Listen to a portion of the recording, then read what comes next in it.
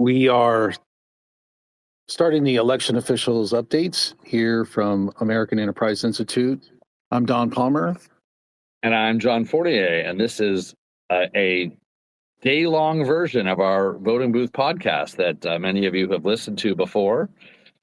We are here in the morning in Eastern time from 9:30 to 11:40 or so, talking to many election officials, people watching elections live. Then we'll be back again from 1 to 3 p.m.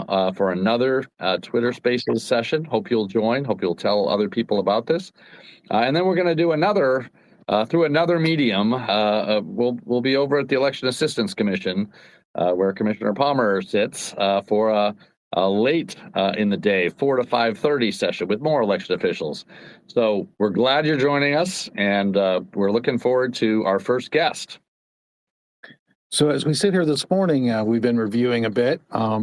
It's about 9:32, and we have a guest coming on, Minnie Moretti from Election Line, who's been reviewing, I'm sure, articles from across the country as polls are opening, and some tweets. I've been getting regular updates from the Election Assistance Commission on things, and in a nutshell, it looks like there have been some issues with some polling places, not too many, that have not opened up on time or had some issues right out of the gate. But it seems to me that things are going well. There are lines of people voting. We've even had people here at AEI who come and said that there was quite the number of people at the polling place, but they got their vote in, and now they're here helping us do this space.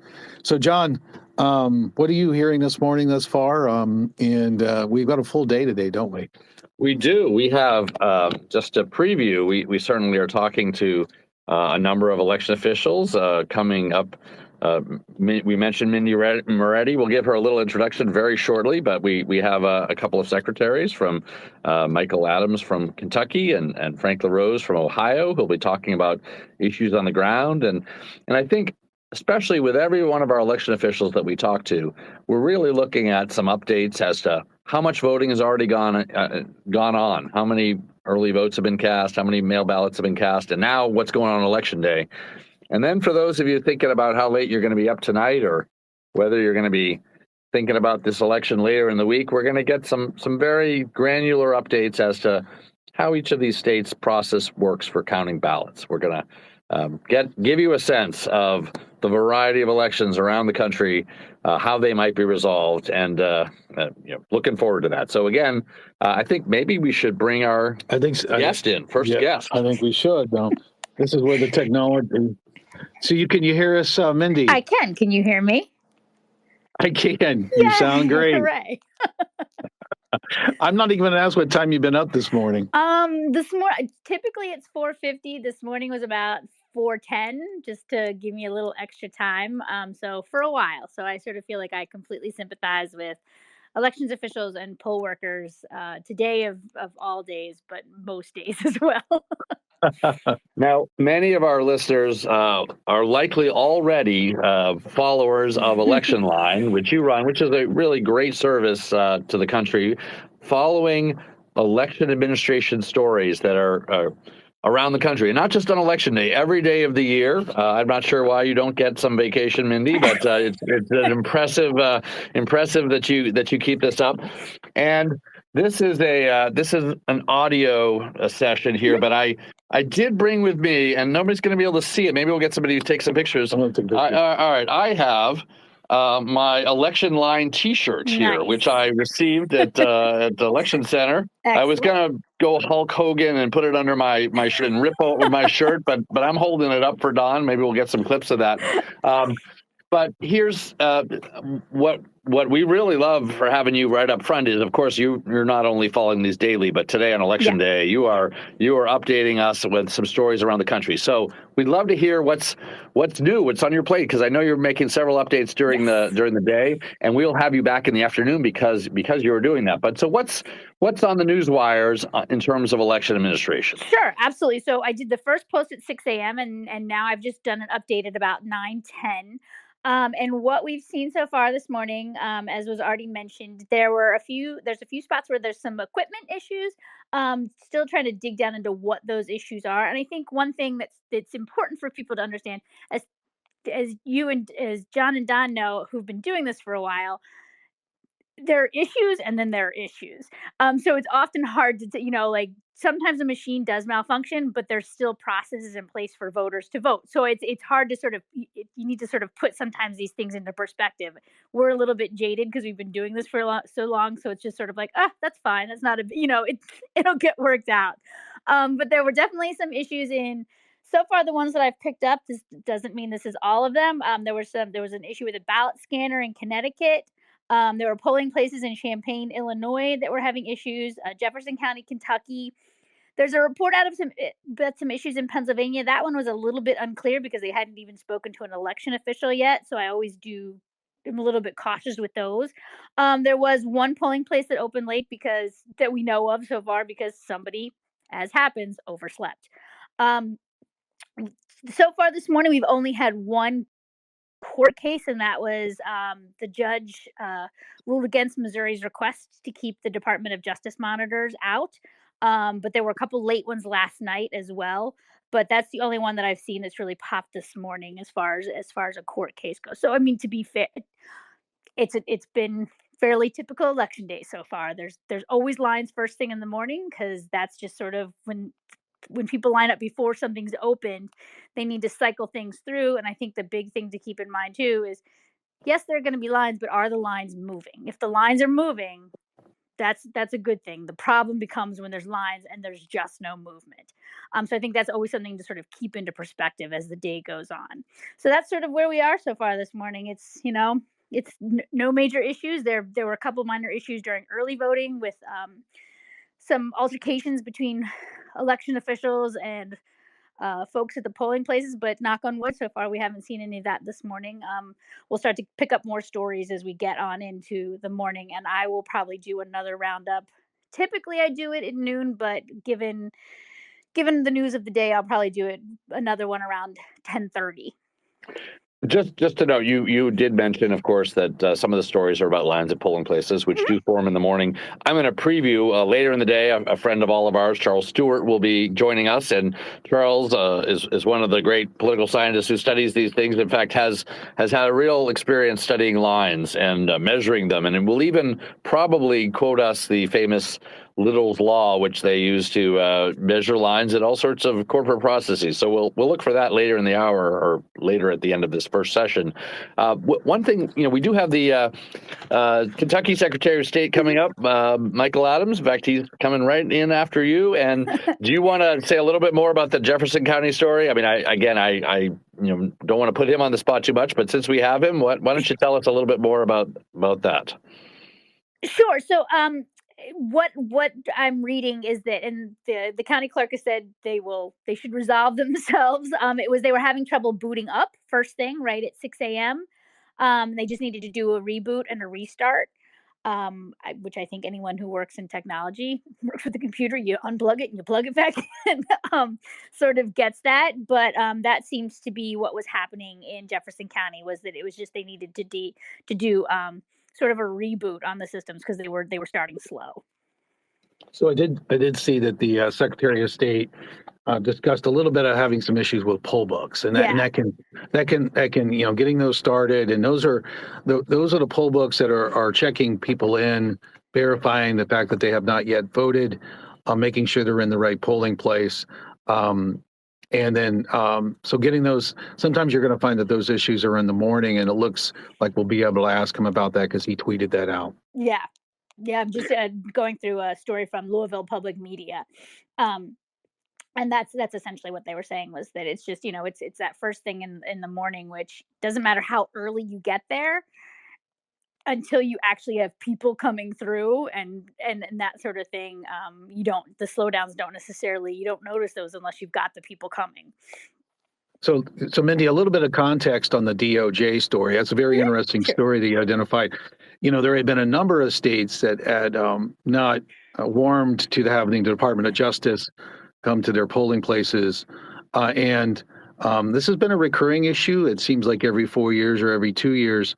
The DOJ used to have a lot of authority under the Voting Rights Act, under Section 5, and I think this is what's, with Section 4, I believe, which is the trigger for coverage. There's going to be less jurisdictions that will be covered, so it becomes more of a contentious issue, and when the courts have to get involved with on whether or not a jurisdiction there's any sort of requirement that there be a polling place. So this has actually been a big story in the lead up to the election. Of course, administrators are focused on the election itself, but what have you heard on that front in the stories that you've read over the last couple of days? It was so Missouri, and I'm still unclear whether Texas was part of Missouri's lawsuit or had its own separate lawsuit. But Missouri, they've all sort of many of the quite a few elections officials at the state level sort of pushed back on DOJ coming in again, like you said, because sort of the Voting Rights Act law has changed over the years. And Missouri did go to court, but then I guess it was late at sometime Monday yesterday, because I'm just looking at the Washington Post story right now. So it must have been late yesterday that the judge did rule against and say that the monitors could go in. And the places that the monitors go in, it's not like they're going into a place where there's been a problem in the past, so they're not just rolling into a county or a jurisdiction where things have been fine. They're going where there's been a problem in the past. It might not have been a recent problem, but that's where they're going. So it seems like, I mean, they're going every place they said they were going to go now because the court has ruled that they're allowed to. But well, we'll see. I mean, they are, and they're lawyers. It's not they're different too. I think that's what we've heard so much this year about poll watchers and observers and monitors, but these are actual attorneys that are going in. They're not just poll watchers. So I think that's the one thing that people need to understand the difference about that too. So for our listeners, I did see a number of letters from Florida. Yeah. Texas, Missouri, I believe it was. There were some letters to the Department of Justice just explaining what their state laws require. There may have been more that I can't remember, but that's been a recurring issue. And so thanks for that clarification. So we're gonna move on in about a minute. What's the summary as you sit there this morning? Is a typical general election? Anything that of sort of note that you would keep an eye on in the next hour or so? I think just as everyone should be open within the next hour and a half. And I think just sort of keeping an eye on, as there's been so much talk about this in the lead up to it, just sort of how folks are, how at the polling places, sort of like what the tenor is within the polling places. Are people being not even necessarily kind, which they should be kind to their poll workers, but just treating them respectfully? Is that happening? Are voters amongst themselves, sort of keeping an eye on all of that. And as always, there's always machine hiccups and malfunctions. And one thing that I always like to point out is, there's a story behind every ballot cast. So there's also a lot of great stories today. There's poll workers who've been doing this for 50 years. There's Pumpkin the elections cat in Athens County, Ohio. There are good stories today too about these people who are working so hard to put this election on and everything. And hopefully people will sort of focus on that as well, because these folks have worked so hard and I probably make a mistake in my job at least once a week, but no one notices, or I'm not on a national stage even if I am on a national stage, because people read my stuff all over the country. The attention isn't the same. So I hope people understand that mistakes do happen because it involves people, and that's part of the process. And so, again, those of you who, I'm sure most of you do know Election Line, but those of you who don't, go to Election Line, follow it. But we're going to have Mindy back. I think we're going to have you back in our afternoon session at about 1:20. So we will be watching, and you'll be collecting more stories, and we'll be talking to you with a midday update at 1:20 with our second Twitter Spaces of the day. So thank you, Mindy, for joining us. Thanks, you guys, and I'll talk to you soon. Thank you, Mindy. Bye-bye.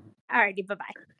So we're going to move on to the state of Kentucky. We're going to bring in Secretary Michael Adams from the Commonwealth of Kentucky. Trying to bring him in. Secretary Adams. Good morning. Good morning, Secretary. How's it going? It's going good here. You've been up a little bit longer than us. I'll say that. We saw some early tweets from you today. Can you give us sort of how things are going in the Commonwealth of Kentucky? Well, overall, it's been a smooth election.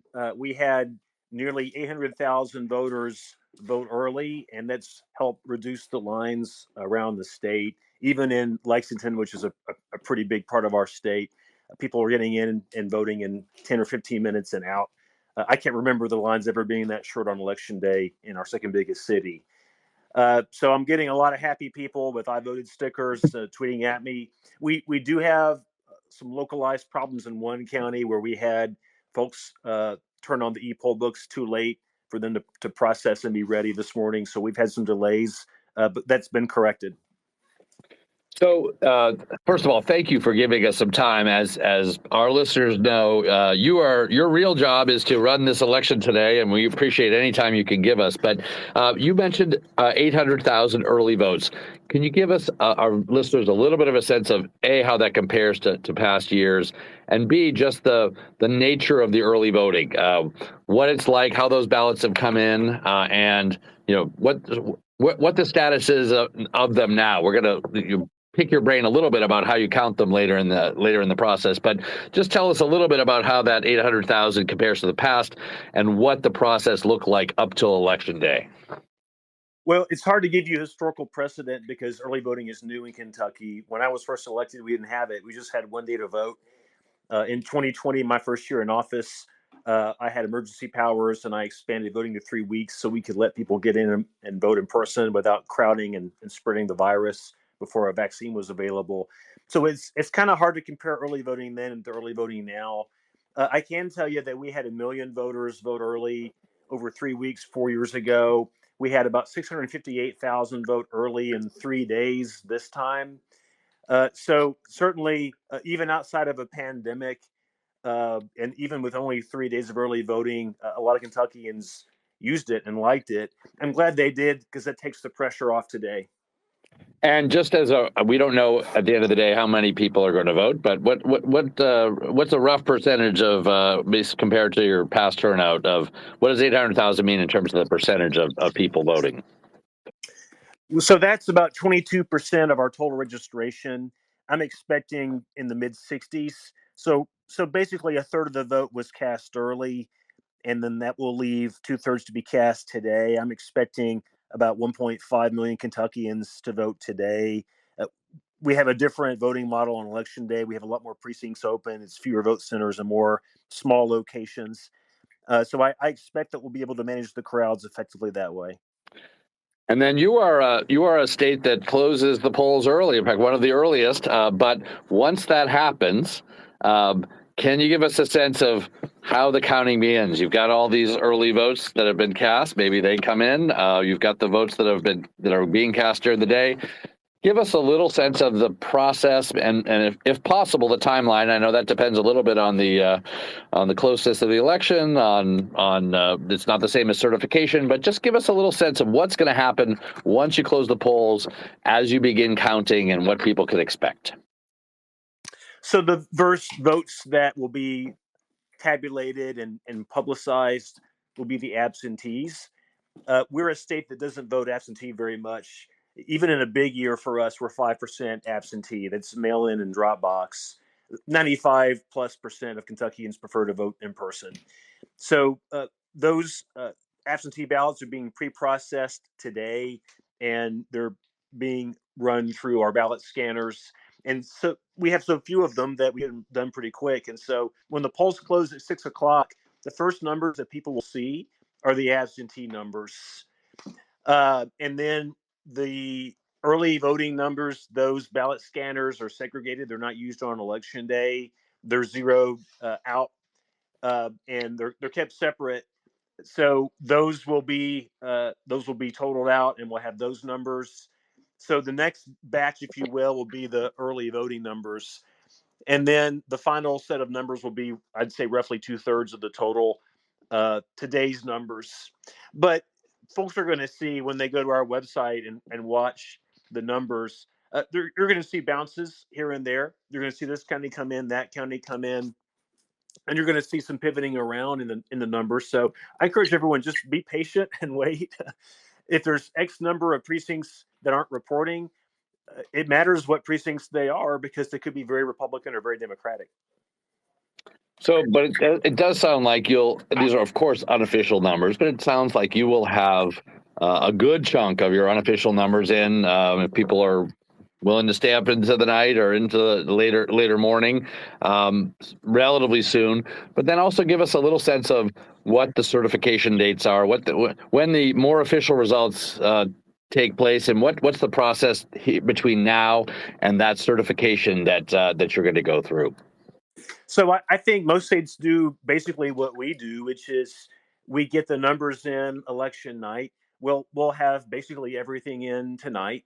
Those will be unofficial numbers. Those come in from the county boards of elections, and they get them in turn from the poll workers. And the poll workers and the county boards both are bipartisan by law. You got to have D's and R's jointly agreeing on the numbers. Then my office gets them, and my office, we have a deadline to get them by Friday at noon, but realistically, we get them a lot quicker than that. Then my office reviews all these numbers from all over the state. We find mistakes. We've never found a mistake that changed an outcome of an election, but we do find 19s that should have been 91s and so forth. We review all of these. We check them. We correct them if necessary. And then we provide those to our state board of elections. And then the state board of elections has until the 25th of November in order to review those and then to certify. So, Secretary Adams, this is Don Palmer again.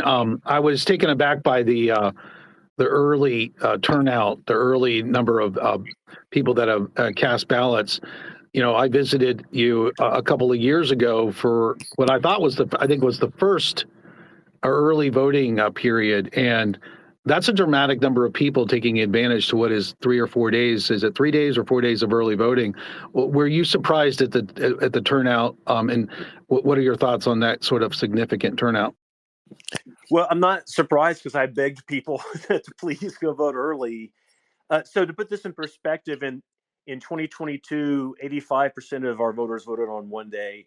And in 2023, 79% of them voted on one day. That's okay when you've got a low turnout, when you've got a 40% turnout like you have in a non-presidential year. But with the kind of gobsmacking turnout we're going to have today in a presidential election, in a competitive race where every vote counts and people are paying a lot of attention and are very emotionally invested in the outcome, we can't have 2/3 of 2 or 2.5 million people voting on one day. So I used my office's funds to buy paid media across the state in various forms to encourage people to not wait until the last day. Don't save their Christmas shopping for Christmas Eve. Get out there and vote early. And I'm gratified that they took me up on it.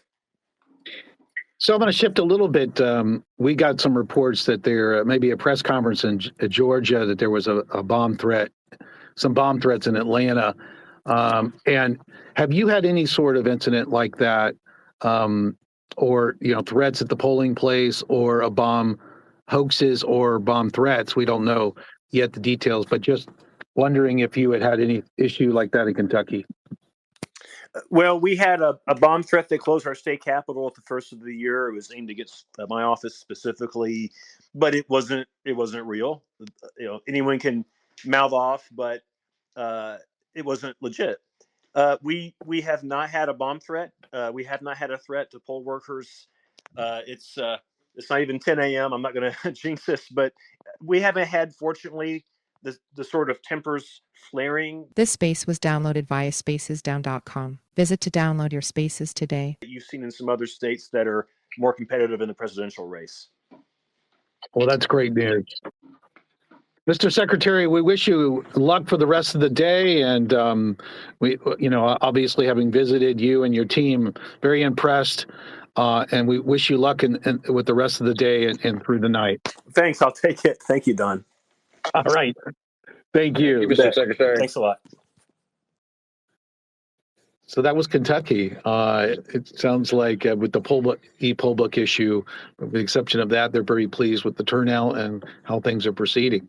Yes, and I mean, in a way, I don't think we planned it this way, but Kentucky let us off, and Kentucky will be the first place to be closing their polls. So people who are watching when results come in, and I do think we got a sense of that from the secretary, that at least the unofficial results, for a variety of reasons, will come in pretty quickly in Kentucky. We'll be talking to some other states that have other ways of doing it throughout the day, but I think if you're a watcher, then I think you're going to expect to see, according to the secretary, significant numbers of ballots coming in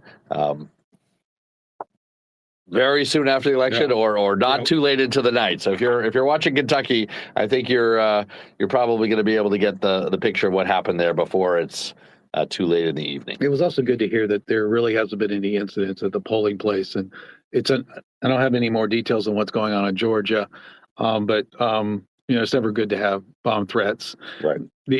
And the other thing I would say is, look, this is a new procedure. Yes, it was smart that they tried out the early voting in the midterm and their off-year elections, because of course those are not as high turnout. But this is the first presidential that they are using it, and it sounds like they've had very significant turnout. Yes, he mentioned some long lines, but no snafus. And it looks like, I mean, his estimate is maybe 2/3 of the vote is going to be on election day, which for Kentucky that's a low number. Other states you'd find that to be a high number, but taking 1/3 of the people off the plate of the Kentucky election officials before election day is something that is going to help them be able to process these things much more quickly.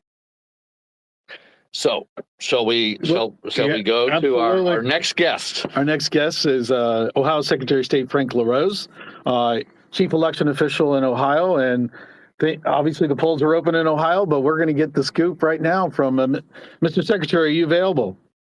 John, I'm here, and I will say happy election day to fellow election administration nerds, because I would imagine this is a support group this morning for election nerds. Well, we just got off the line with Secretary Adams across the way, so we're moving north to Ohio. And what we'd love to know is, you're a busy man. This is your Super Bowl of what you do, and of course there's a lot of other busy days, but this is the one. But can you give us a little sense of where we stand now on election day? You've had people voting in various methods before election day. Just remind some people of the broad process in Ohio and some sense of what's come in before election day, and then we can later talk about what you're going to be doing today and what you're going to be doing in the counting. Yeah, so let's talk about our early voting period to start. Ohio has been voting for 4 weeks. We've got 2 good choices for early voting. You can vote absentee, of course, or you can vote early in person at your Board of Elections. We're proud to be one of the states that has that kind of expansive period. We also have weekend early voting. We have evening early voting. And Ohioans have responded. No surprise. Over 2.5 million people have already cast their ballots. It's 2,532,260 to be precise. That's over 31% of our fellow Ohioans that have already cast their ballots. Now, again, this data is coming from something that you all will want to check out, especially, again, as folks that care about elections administration. Go to ohiosos.gov/data, ohiosos.gov/data, whichever you prefer, and you will find our data dashboard.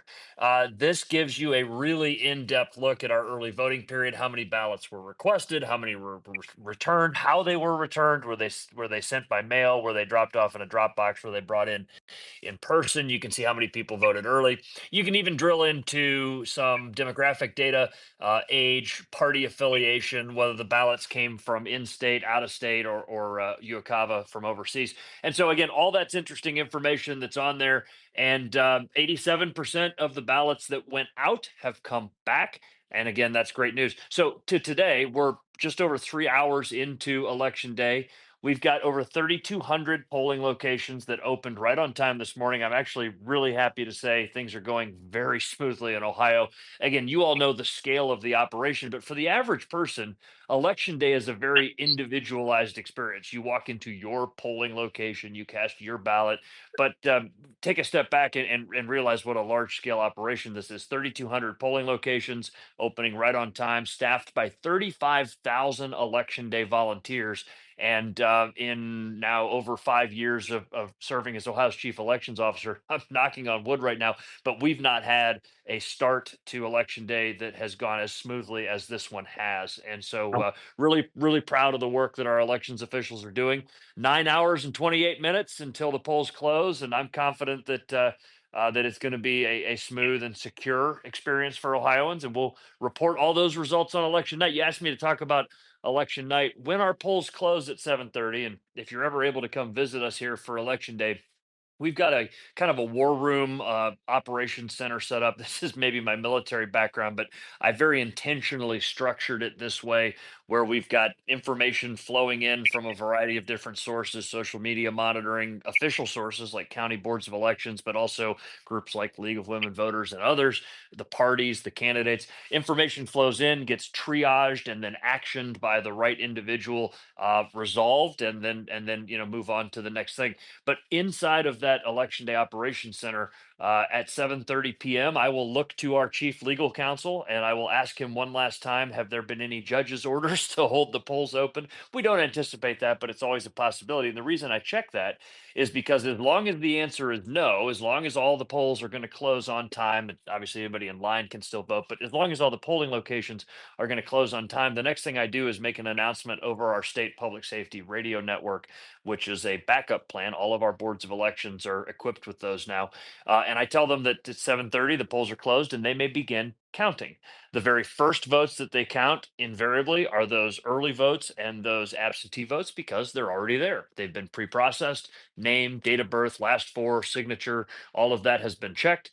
The identity has been severed from the ballot, meaning that the identity envelope has been taken to one side and the ballot to another. Those ballots have been flattened out, and this is not trivial. It has to happen before they go through those machines. And it's funny, every board has a different method for how they do this, but my favorite example comes from Youngstown in Ohio's beautiful Mahoning Valley, where they have a hydraulic press in their safe that somebody built in their garage, and they have all the ballots stacked in there and pressed out so that the folds are out of it. But yeah, 7:30 they start scanning those. By 8:30, 8:45, we've probably counted and reported every early vote and every absentee vote, or at least we're well on the way to doing that. And then we start counting the election day votes. We generally, and it's rather predictable, we generally get to about 90%, somewhere close to 11 p.m. And at that point, most of the races have been called by media and that kind of thing. But usually we're at about 90% by 11. Most races have been called. And when that happens, you can see our web traffic just drops off dramatically because people stop paying attention, but not us. We continue working through the night until we get 100% of our election day unofficial vote tabulation done. That usually happens around 3 a.m., 4 a.m., because that last 10% are the hard cases. It's ballots that had to get remade. It's a voting machine that wasn't shut down properly somewhere, a poll worker that had a flat tire. It's all of those things. But we get to that last 10% usually around 3 o'clock tomorrow morning. And then we call election day complete in Ohio. Well, just to back up a little bit, you rightly referred to maybe us and yourself and our listeners as election nerds, so fair enough. But we want to remind our listeners that this is a short session here, but we did have the secretary on for a longer regular podcast just about a month ago. So those of you who missed that, go listen to that for even more of the process. I guess I want to go back to you mentioned 2.5 million early votes of some sort, maybe something of a sense of how that breaks down with mail or people who are showing up in person, but also how does it compare to other years? And ultimately, I don't have the numbers in front of me. What rough percentage of the vote? I know you don't know the exact number of people are going to vote, but what rough percentage of the vote do you think that's going to be? Yeah, so again, if you want to see it for yourself, ohiosos.gov/data is where you can go. So of that 2.5 million, 995,000 are absentee ballots by mail or Dropbox. So those are absentee votes that have come in. 1.5 million, 1.536 million is what came in for early voting in person at your county board of elections. So 995 by mail, 1.5 million in person. Again, that comes up to 2.5 million, or 31% of our registered voters that have already voted in Ohio. Now, the comparisons are hard to make. And the reason I say that is that the last year for which we have reliable data that was in my administration was 2020. That was an anomaly year, right? It was the COVID election, the first time in the history of this country that we've had a presidential election during a global pandemic. In that year, it was over 3 million, the early vote ballots. And so maybe not exactly analogous to compare this year to that because of those circumstances. But also in 2020, we went above 5.8 million. 2020, to be clear, was the all-time record-breaking year by any metric. And so Ohio shattered the record for turnout with 5.8 million. It is possible, it's entirely possible that we surpass that again this year, but I'm not going to guess. That's going to be up to the people of Ohio if they choose to show up in those numbers. And certainly, anecdotally, what we're seeing right now is steady, very steady turnout, even in some cases, small lines at our polling locations. So, Mr. Secretary, I just want to go back because you sort of talked a little bit about the relationship with you and the counties. And on election day, you are in this war room. Talk about how you are putting out fires and sort of working with them. Because sometimes you're not going to know about every issue, but the more serious ones you may become aware of and how you respond to that. Just get a sense on how you deal with those issues at the state level. Well, first of all, as you all know, elections are very decentralized. That's not a glitch, it's a feature. Especially in states like Ohio, our county boards of elections are highly autonomous operations. I set statewide standards for them to operate under. I hold them accountable to meet those standards. But they're truly run by two Democrats and two Republicans. That's the county board of elections, and then their staff are half D's and half R's. And so, making sure that we work with them, assist them and help them is our focus. We set up again. Excuse my military lingo, but it's kind of how my brain works. We set up a team that focuses on that situational awareness for election day. And again, that means gathering information in from a variety of different sources. It comes from phone calls from the Board of Elections. They'll call and say something's going wrong at a polling location. It comes from local, state, and even federal law enforcement. It comes from advocacy groups like the League of Women Voters or some of these other so called voter protection groups out there that we've built relationships with. Both parties and candidates will report to us, but and also for that matter, our regional liaisons. We got a great team of regional liaisons out throughout the state.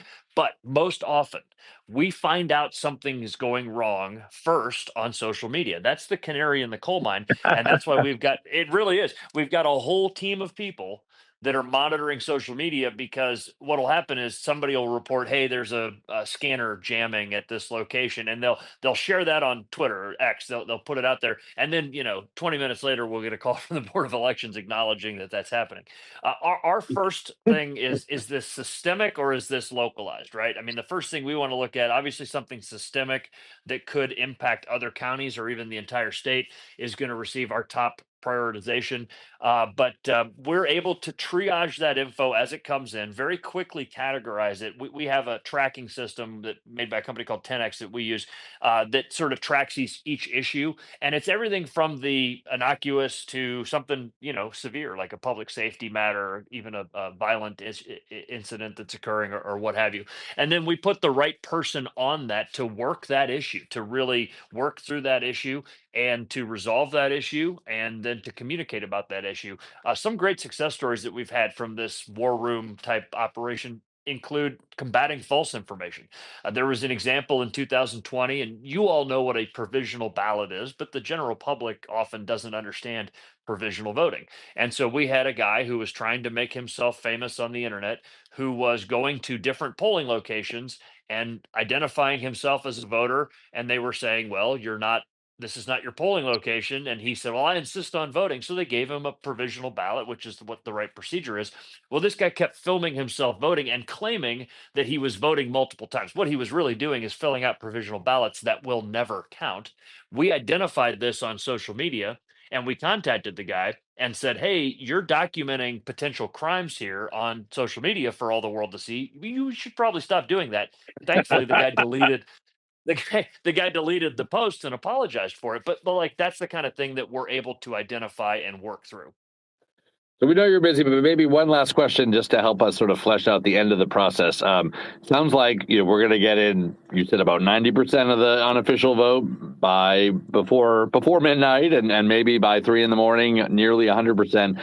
But ultimately, those are unofficial results. You do have a time where you're going to get to the certification of these results. Can you give us a little sense of the time frame and how that works, and what we're going to expect before we get the official results of Ohio?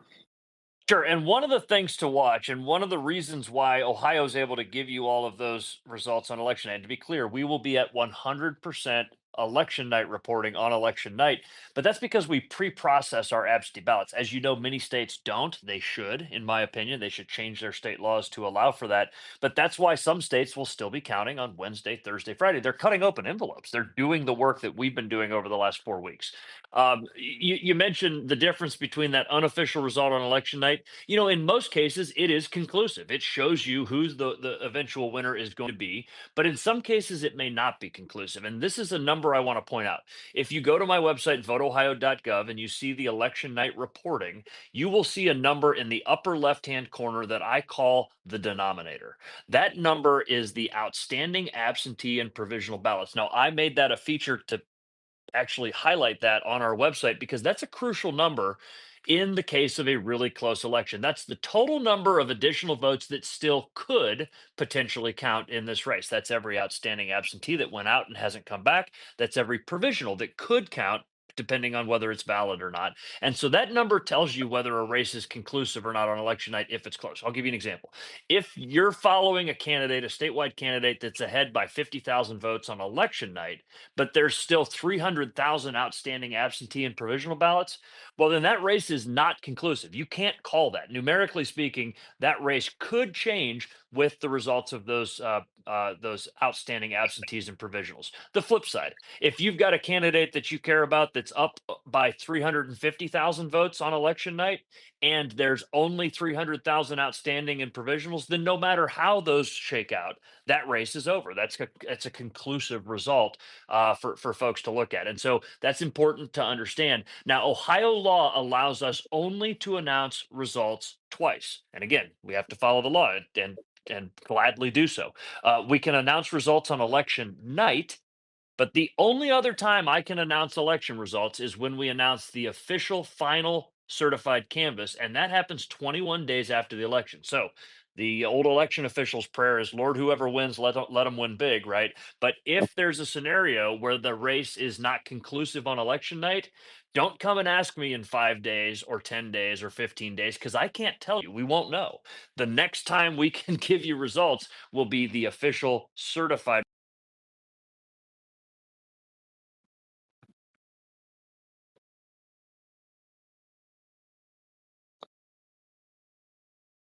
So I think we may have lost Secretary LaRose. We were at the Can end you of guys hear me? We can hear you now. Yeah, we thought we lost you. We had a little pause there, but good. No, somebody call Elon. I'm unhappy about that. Kidding. Well, that's amazing stuff, Secretary. In fact, that number is like what Karl Rove and Chuck Todd. That's the number they're always looking for when they make their predictions, right? Yep, upper left-hand corner of the voteohio.gov website. Again, I call it the denominator for a reason. It's the total number of outstanding absentee ballots that could be out there. Pay attention to that if you're looking at a close race in Ohio. Great. Well, thank you, Mr. Secretary. We know you've got a busy day ahead of you, so we appreciate you taking some time with our listeners to explain the process in Ohio, and thank you so much. Absolutely. Take care, All right, guys. bye-bye. So our next guest is Michelle Woodhouse. Let's see if she's able to come on as a speaker here.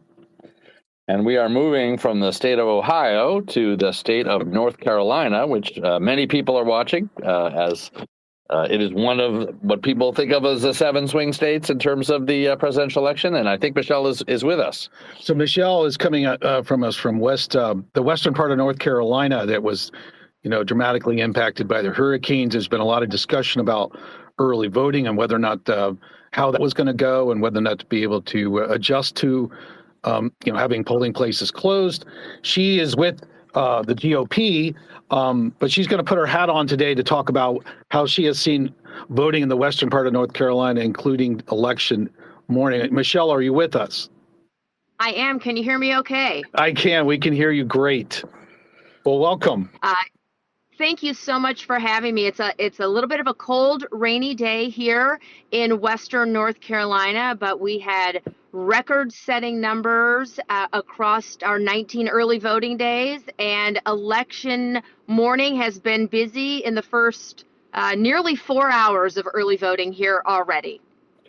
Well, we do want to remind some of our regular listeners that we did have the Director of Elections of North Carolina, Karen Ritzenbell, on for a podcast just recently, talking a little bit about the storm. She'll be on also with us in the afternoon session.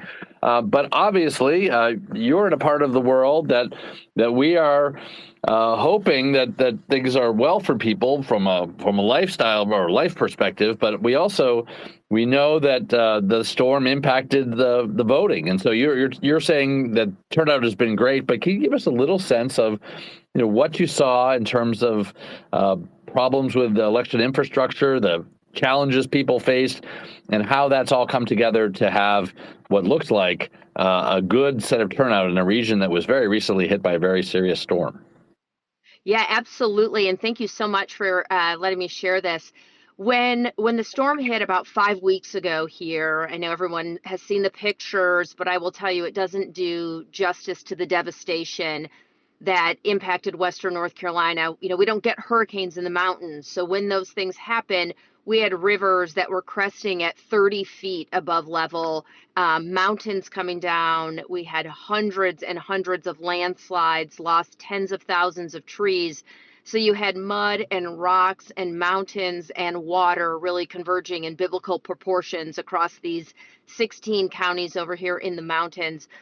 And that storm hit on Friday, just utter devastation. But it was amazing to see really the best of people. You saw neighbors coming together and helping neighbors, faith organizations. Just it was really a true testament to the human spirit. It really was. And we realized very quickly the things that were happening from a voting standpoint, because while people were facing devastation, loss of home, vehicles, all of those, just pure, utter devastation, the question I got when I was out helping in the community was, how am I going to get to vote? I have to be able to vote. People were so focused on the importance of the election, even in the midst of such personal and community tragedy. It was really amazing to see that happen. And so we had to make some changes and pivots for our early voting sites. There were curfews in place, so some times had to change. There were a couple buildings that had been impacted, and we needed to pivot across the counties and move those around.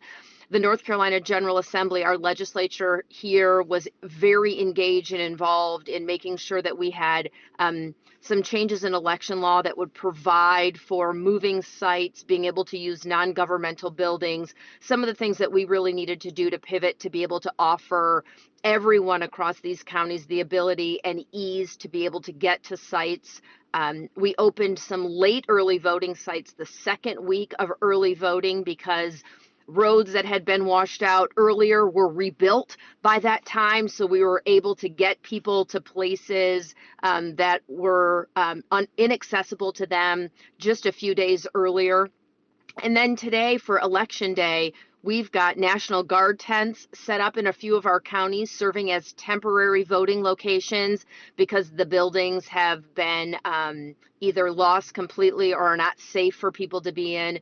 And we've had to do some moving of precincts and some merging of precincts. But the communication out to voters, no matter what their party affiliation has been, we've been really aggressive in getting that information out, making sure that people know where they need to go, be it during early voting or today, to make sure that they're able to have an easy, smooth experience when voting. One other thing that's kind of an interesting nuance for us in North Carolina, this is our first election, general election with mandatory voter ID. And as you can imagine, we had voters in Western North Carolina that lost their IDs. So we've had to make sure that we've got things in place through the Board of Elections and the government to make sure that those people get to vote as well. So it's been a full all hands on deck. All the voting sites are stood up. We didn't lose one ballot, not one machine. None of the absentee ballots were really impacted. So from the beginning, we've really been able to execute out here to get the polls accessible for everyone who wanted to vote in this election. And we're seeing record turnout of people turning up to vote, waiting in line for hours to get it done. Now, just to give our listeners a little bit of a big picture sense of how North Carolina would typically vote if we were talking about without the storm, North Carolina is a very heavy in-person early state and does some voting by mail, but usually a relatively small amount. That's what you've been seeing in the Western region. Even with all these problems, you're still seeing significant amounts of early voting, right? We haven't changed up the mode of voting so much because of this. There's some flexibility, but you're still seeing people really coming out in large numbers at those early voting centers. And then we can talk about Election Day as well. But talk a little bit about that. Yeah, this congressional district in particular, just to give people a sense, we're the 16 far west counties where North Carolina begins down by the Georgia border. Where I sit today, I'm closer to 4 state capitals than my own. And this congressional district is larger than 4 states. It's about 4 hours from the top to the bottom pre-storm when all the roads were functioning. So it's a really large geographical area, and it is a very heavy in-person voting. We tend to be older. Lots of retirees moved to the mountains of North Carolina. And so we are very heavy in-person voting. That's our pattern of voting. People don't like to vote absentee here. What's interesting is Democrat, and then our election day voting is very heavy Republican. But what we saw this time is Republicans leading Democrats in the early voting, and then we'll watch to see how today shakes out. So you think there actually might be more total early voting than maybe people would have expected in past elections, that both parties have been showing up, even in the western parts of the state affected by these storms. We're seeing a very, very large early vote. So we are back. The space, for some reason, we had some technical difficulties. We were just about to go with Secretary Schwab from Kansas to get an update from him. We just got finished, John, with Mark Woloshin from the Nevada Secretary of State's office. Very interesting. I had to share voting in supermarkets. Yes, you didn't mention voting in casinos, which also does happen, but occasionally you can vote in casino. Yes, something like Philadelphia, voting in delis and bars. But let's see, here we are. We are having our guests come back on as we reinvent this space, as we did have some technical difficulties. My polling place, by the way, is an art center. Sort of, you can walk through and see the various exhibits. So it's not common, but it's possible to vote in an art center. So that's where I vote. One thing in Nevada, we were talking about some of the new changes of the 7 states. It's certainly the state that's changed the most. We talked with Charles Stewart about that in our last session. They have made some very significant changes since 2020, including moving to a state that really mails ballots out to everyone. But they have high participation use of mail ballots, but also a lot of early in-person voting, and feel confident that they're going to get a lot of those votes processed and ready to count very quickly. And even the election day, I think, very quickly. What I think we didn't get into all the details with Mark is that what might keep things going a little bit longer is that there are some things coming in a little bit later. Ballots can come in with a postmark on election day with a few days left. And I think we are joined by our next guest, Secretary Schwab. Is that right? Are you there, Secretary?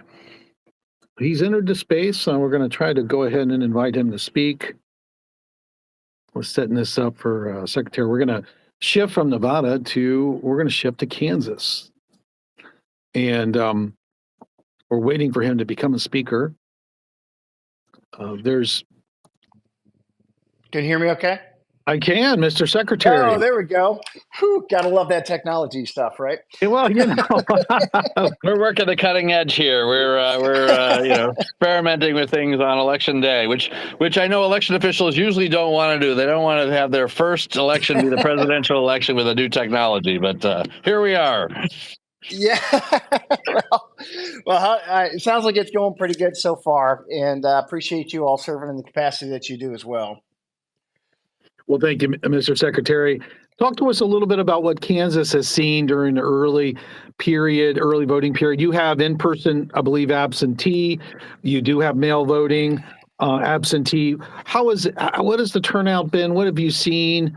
And then we'll switch a little bit to election day and what you've seen this morning. Yeah, so it's kind of an interesting trend because it used to be back during the early 2000s and even going back into the 90s in the big 1994 Republican election, that Republicans in Kansas and nationally used to embrace that early voting, bank the vote while you can get it now before something changes somebody else's mind. And then they kind of waned away from that. And now we're seeing a national push in a local push here in Kansas too, to vote early. But normally we have a third vote by mail advance, a third vote in person early, and then we have a third vote on election day. It seems as if we have a significant bump in early in-person voting. And from our trends, I think it's the first time that I've ever seen Republicans vote early at a higher pace than the Democrats in our state. And so, which tells me today's probably we'll probably get results relatively quick because we have more polling sites on election day. And it seems like we'll have less voters because such a significant number of voters have already voted. Yeah, so maybe you could talk us through that a little bit. So when the polls close tonight, you mentioned, of course, you've got your some mail ballots, at least many of them that have already been cast, as well as those early votes. And then you're going to bring in your election day results ultimately to that. So what's the timeline? What should people be expecting? The types of votes being dropped, being reported on your website in the hours after election, the polls close, and then when do you think we might see basically the vast bulk of unofficial results being reported into the night or in the next several days? So what's your sense of the time frame?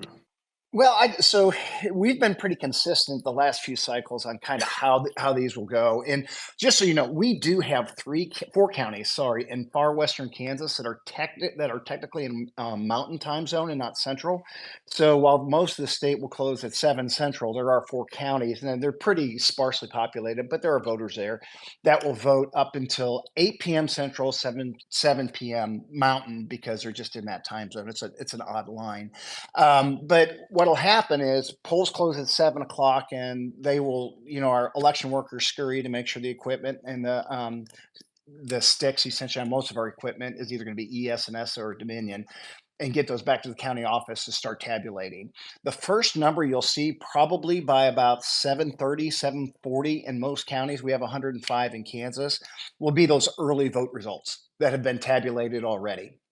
And so they're going to turn on the tabulator, turn on the screen, hook it up, and then start populating it on our website from them to us. And then as they continue to tabulate votes that are actually cast today, they're normally about probably 8:30, there will be a second report, especially in the big counties like down by Wichita, Kansas, Topeka, Kansas, and Kansas City. And then I would imagine the big 20 most populous counties will all be done by 10. Perhaps the entire state will be done by 10 simply because so many voters have already voted. And so far, we're really not even seeing much in the line of lines. This morning, there was lines for the doors to open, but once they opened, people were able to get processed, vote, and head on out with their sticker. And so you think, I know some states have a different process, and we're watching them and we're thinking, well, maybe it'll be a few days before, but you think late into the night you'll have a good sense of the unofficial results of what has come in, with a few little things that might come in, or do you think you're still going to be waiting for a decent amount of counting of the vote tomorrow morning and later in the day? Yeah, there's going to be some provisionals that happens every year. We have a 3-day grace period for mail to be delivered, so we'll be able to, if the ballot is postmarked on or before election day, it has till Friday to get to that county office, so that can adjust results a little bit. But yeah, I would imagine by 10 o'clock tonight, we'll have a pretty good idea of calling almost all our races. We're not a swing state, so I don't foresee the presidential race being too drawn out here. We will have some swing legislative races, and we have one significantly contested open seat for our 2nd congressional district here in Kansas. But again, I would imagine all those will have pretty strong preliminary numbers by 10 o'clock Central here in Kansas. So, Mr. Secretary, one of the issues that we've seen this in a couple of states, that there is this waiting period in Kansas after the election. I know that working with the USPS to make sure that there's, stamps on those things, the stamps on the ballots, or they're marked upon receipt by the post office. How do you feel about that uniformity, about that situation that's been sort of in the news a bit? Yeah, and that kind of helped put it in the news because we were pretty frustrated. We had several ballots that were just stuck in the post office in our primary back in August. So that eventually triggered a one-on-one phone call with Jamie Shue, one of my more notable county election clerks out of Douglas County, and myself got on the phone with them to express our issues.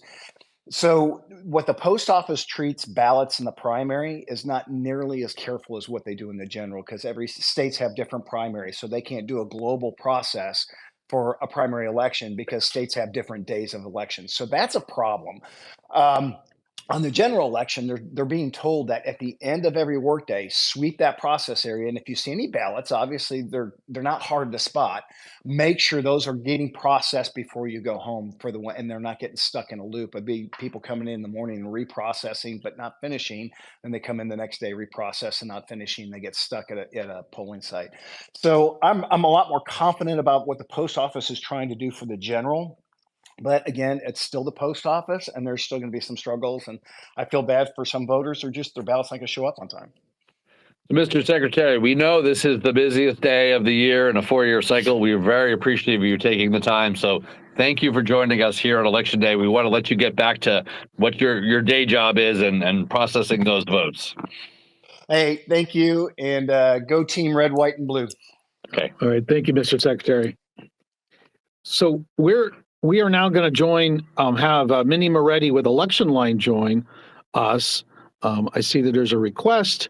And I will note that for those of you listening in our first session, Mindy joined us, and I mentioned I had an Election Line T-shirt which I held up. I've now moved to wearing the Election Line T-shirt. Of course, this is again not a video platform here, so maybe somebody will take a picture of me. But I'm grateful for this. It's also a little chilly here in the studio, so it's a nice thing to wear, and maybe that'll encourage all the other secretaries out there. I'd be wearing their swag too if they send some things along. Right. But thank you for joining us again, Mindy. Happy to be here. It's you need a T-shirt if you're outside today. It's a little warm out there in DC today. Absolutely. So you've been watching the news, and your site is again the greatest resource for news about election administration. We talked to you a few hours ago, but what have you been seeing in terms of news stories about election administration around the country in the last few hours? Sure, absolutely. I mean, there's still some isolated issues at the polls as far as technology, be it the voting machine or e-poll books.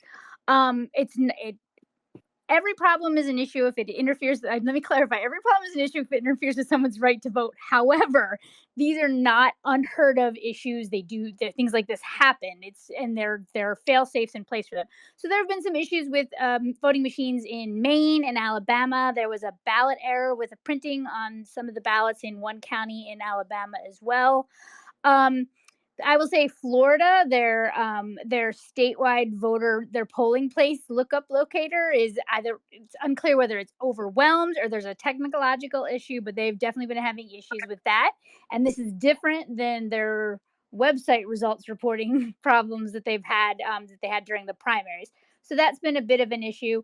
There was a bomb threat in Georgia that turned out to be not a credible threat. There's been one report so far, and again, I'm pulling these from news sources and not from social media, so there could be other things on social media. There's really only been one sort of issue about a scuffle at a polling place, and that was about someone wearing political attire that they were not allowed to. Um, it's by and large right now, again, based on media accounts, and that's the safer way to go on a day like today than social media, because as we all know, even though we're on social media right now, things, people, they're not necessarily verified things that pop up. So it's a knock on wood, it's a fairly typical election day, especially for a presidential. That's great. We are. We're our schedule has been a little compressed because we had that technical glitch earlier. Yep. I wonder if we could either have you hold on, or if you'd like, maybe we can come back in a little bit with you to see what else is happening and follow up on some of those stories you have. Can we do that? And you sit however you need to be, and we're going to bring in the director of elections in Florida. I'm sorry, in North Carolina, Karen Brinson Bell. And just for those of you who listen to our podcast regularly, you will know that Director Bell was part of our podcast very recently, looking at North Carolina voting and looking at North Carolina voting after the storm. So we're bringing her to us again through the magic of two cell phones being next to each other. And Don, maybe we can bring the director on. Executive Director Bell, are you with us? I am. Can you hear me? We can hear you. We have all the latest technology, phone to phone here. How's everything going in North Carolina? I know that's a big, broad question, but I'll let you start off the discussion. Well, first and foremost, thank you for accommodating me with the technology. This works out so much easier as we've got a busy day underway. But things are overall very good in North Carolina. We ended our early voting period, our in-person early voting period on Saturday. And between that and our absentee by mail ballots, we had a 57% turnout. And in those Helene affected counties that we talked about on the podcast, they've actually outpaced the rest of the state and had a 59% turnout during that early voting and absentee by mail period. So today's going smoothly, steady lines, good turnout. We expect to vote about 1 million to 1.5 million people today, if all goes as planned. So last time we spoke, which wasn't so long ago, you were helpfully trying to walk us through how the storm had affected people, but also how the election system had really rebounded from that. I want to come to that in a little bit, but maybe you started to give us a sense of how much voting has gone about statewide in terms of mail and early in-person voting, especially in early in-person voting in North Carolina. Again, maybe you could give us a little bit of those numbers and just the sense of, I know we don't know how many people are going to vote overall, but a rough sense of kind of what the percentage of people who voted before Election Day has been in North Carolina this election cycle. Yeah, so, right now, I should flag for everybody that in-person early voting is the most popular voting method in North Carolina. So it's not a surprise to us that we broke records during this in-person early voting period, where we had a 57% turnout statewide. And that means we had over 4 million, nearly 4.5 million ballots cast either through early voting or absentee by mail. In 2020, we had a record turnout overall of 75% for the whole election. And so with that, where we've been pacing with early voting, we think we'll reach that quite possibly. And to do that, that means we need to see about a little over 1.4 million voters turn out today. And if the energy and interest that we've seen during the early voting period is any indication, we will see that number of voters today in North Carolina. And so, again, we talked a bit about this on the longer forum on our podcast, but North Carolina, I think, has a set of laws, systems, procedures that allow it to count relatively quickly, and you and your fellow election officials are working hard. But can you give us a little sense of what we might expect tonight when the polls close? What kinds of ballots are going to be able to be reported, unofficially, of course, but first quickly, and and how late you think will be before we see the vast majority of ballots being reported that have been cast? Yes. So North Carolina was an early adopter of the idea of processing absentee ballots in advance of election day. So we actually even hold 5 in-person board meetings or absentee board meetings for the consideration of the absentee ballots. And if the witness requirements have been met, if the signatures are there, and in our case, if the photo ID is either a copy of it is provided or an exception form that they could not provide it is part of that, then we can open that envelope and insert that ballot in advance into the tabulator. And then we close those on election day, and those are our first results to upload when our polls close, which is 7:30 p.m. election night. So we'll have those ready to report as soon as polls close. We have had a change in our law where our early voting results cannot be released at the close of polls. We now, by law, close those at the same time that election day sites close, and then we will upload those as we upload election day precinct results. So we'll see the bulk of our returns go out or be uploaded to our dashboard between 9:30 and 11 p.m. tonight. We do not modem results in North Carolina from our election day precincts, so those will have to be transported back to the elections office, the paper ballots and the flash drive that has the data from the tabulators. And so, we'll close down the polls and then allow for the time that it takes the precinct officials to get those driven back to the election office. And then they'll, of course, do some spot checks to make sure that the tapes and the number of ballots cast and the data they're uploading match. And then we just have to be mindful that, we're going to be talking about millions of ballots that will have been tabulated. So that's a lot of data. We've got over 2,600 polling places open today. And so, that's how many precincts we have to aggregate. And so we'll just ask for everybody's patience that go to the state board's website, which is an aggregate of all 100 counties. So we expect, knock on wood, that we'll have all of our results uploaded by midnight tonight, which will be about 98% of all ballots cast in North Carolina. We do have some that by our laws can be considered during our Canvas certification period, but the vast majority of those unofficial results tonight should be uploaded, available to the public around midnight if all goes as planned, and we're hoping for that. Our last results were uploaded at 12:28 a.m. In 2020, and so I have challenged everybody to let's meet that or break that for this election. So we'll see if we're able to pull that off. So Karen, just backing up a little bit, you are the executive director in North Carolina working with the State Board of Elections. As your counties administer the elections, what are some of the fires that you have helped them put out? We don't really see a lot.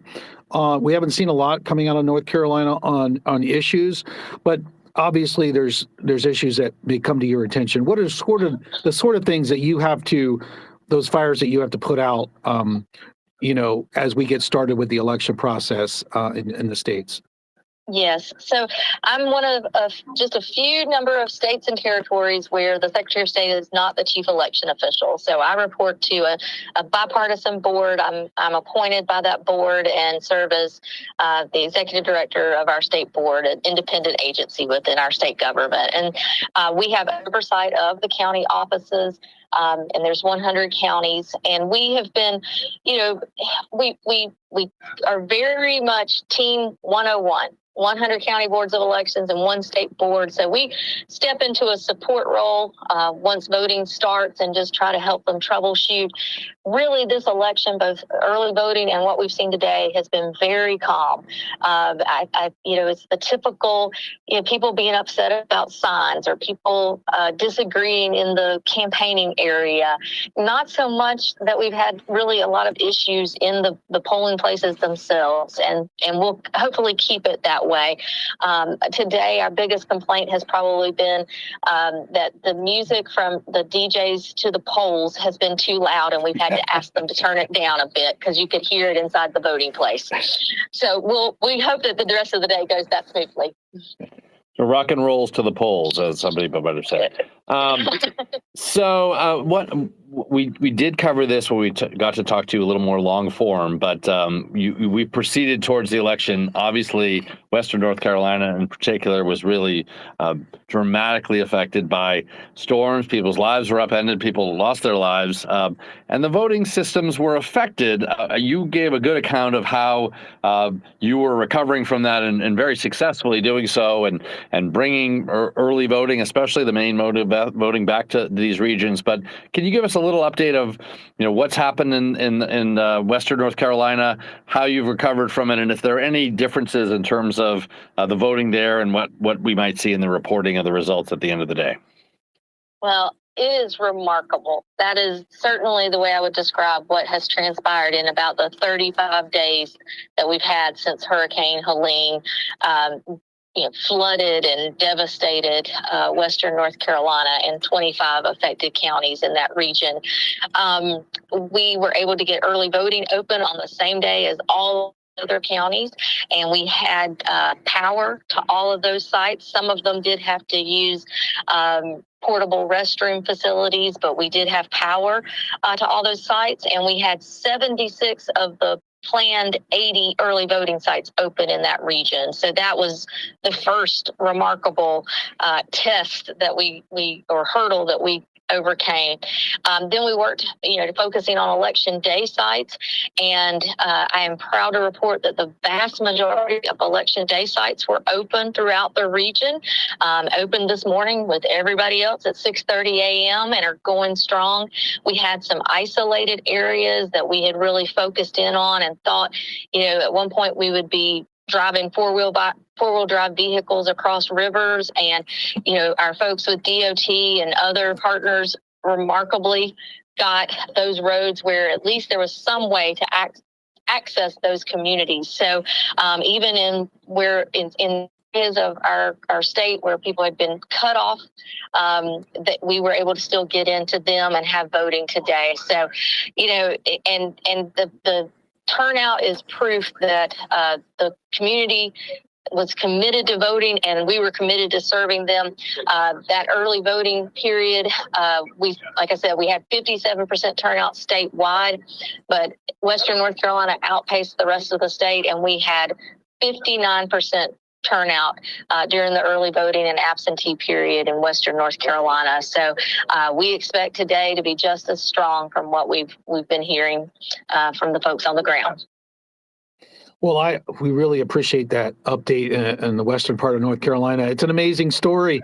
I think they found a lot of the same sort of, folks being able to respond, voters being able to respond in Western Florida after those hurricanes. So we're really grateful that folks had the opportunity to vote, and we'll look forward to results. And thank you for taking time out on your very busy day of Election Day. We very much appreciate the update, and all of America is going to be watching North Carolina. So we'll let you get back to your real job. Sounds great. Thanks, y'all, and give my best to all my colleagues that are joining you today. Great. We will do so. Thank you once again, the Executive Director of the North Carolina State Board of Election, Karen Brinsabel. Thank you. And now we are going to be moving to the Indiana Secretary of State. And Don, you are going to press the magic button. Invite to speak. The wrong button, and we'll be trying to get everyone back in again. So we have sent the invite to the Secretary. It looks like it takes sometimes a couple of seconds. The Secretary of State of Indiana will be joining us. Commissioner Palmer. Mr. Secretary, we now have the Chief Election Official from the state of Indiana. Welcome. Well, greetings from the great state of Indiana. So you had an opportunity this morning. I know you're an early riser. You're probably there at 5 a.m. before the polls opened. But tell us a little bit about how early voting, the vote centers you have there, and how do you feel about Election Day thus far? Sure. Well, here in Indiana, I'm proud to tell you that we're running great, safe, and secure elections. We started our day today at 4 a.m. in South Bend, Indiana, visiting polling locations, thanking poll workers, our county clerks, our inspectors. Already did so far 4 or 5 TV, radio interviews, and TV interviews and radio. But to answer to your question, early voting turnout, so far we have over 1.6 million votes. We have 1.4 early in-person votes, actually very high, more than in 2020, Commissioner. And we have 200,000 votes by mail. So those are the type of things that we've been seeing early voting to answer to your question. And this is John Fortier here. If you think about the votes that have been cast before Election Day, especially those early, and then we look ahead to when the polls are going to be closing later this evening, and Indiana closes on the earlier side, what's the process for when we're going to start to see the votes be reported? Again, these are unofficial results, but with the early votes, with the mail votes, with what comes to Election Day, maybe you could walk us a little through the process of what you're doing when the polls close and when some of those results will start to appear, again, as unofficial results on your Secretary of State's website. Sure. Well, counties must start reporting at 8 p.m. local time. We have Eastern and Central time here in Indiana, so that's what I'm saying, local time. So counties must start reporting at 8 p.m. local time. Many counties will report before that. Obviously, here in Indiana, we're sometimes very quick at reporting, which is great, but they must start reporting at 8 p.m. But first, we need to make sure that every county, they start reporting every 2 hours. Every 2 hours. Now, early votes, counted throughout the day. We will be first today. So the early votes counted throughout the day today on election day, it will be counted first. And then election day will be after that. So in person. So those are the type of things that we're doing here. Of course, you ask about the process. Here in Indiana, people can vote by mail. They can go early in person, which we already mentioned that. We had a record in-person show turnout here in Indiana. Obviously, people are coming out today. Indiana are actually coming out, and I've been visiting as many polling locations. That's what I'm doing. I'm in the car speaking to you right now as I'm on my way to visit another polling location. They're coming out. There are lines. A little long lines here in Indiana, but it's great actually because people are in good spirits, people are enjoying, people are excited to vote, and there no one I have heard saying complaining that they're waiting a little longer in lines. So hopefully the long lines mean a higher voter turnout today. That's one of my goals here in Indiana, to increase voter turnout. And just sort of bottom line, I know you may not be able to give us an exact time, and I know these are unofficial results, but if people were really looking for the time where they could say the vast majority of Indiana results unofficially are in and are up on the website, is that late tonight or is it early into the morning? What's your best sense of when we would get a really good sense of how Indiana has voted? I would say between 10 p.m. to 11. That would be good. But I can tell you this: my goal is to make sure that at 6:01 we can be the first ones to tell everybody who our next president will be, and our next governor, and U.S. senator and attorney general. Those are the competitive races here in our state. But I would say to be frank, I think between 10 and 11, that's when we know for sure.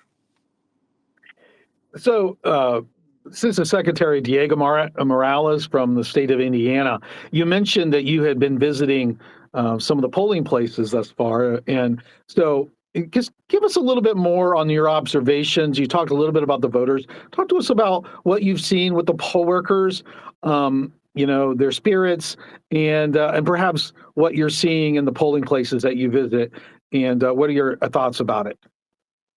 All of our poll workers and clerks and inspectors, a lot of them, what they shared with me today, they said, today is the first election that many people have come to thank us. And they've been saying thank you for working the elections. So it was so good to hear that actually, because when I went to visit every single poll, and I will continue to do that till 6 p.m. today, my number one job is to go and thank them, to say thank you. You all are the backbone of our elections. And then, of course, I'll ask them, how's it going? If there are any issues that may arise or any problems, how can we help? We have a hotline text in our office that anybody can report any issues, so we can get that and obviously help all 92 counties in our state. But clerks and poll workers, they are in good spirits here in Indiana.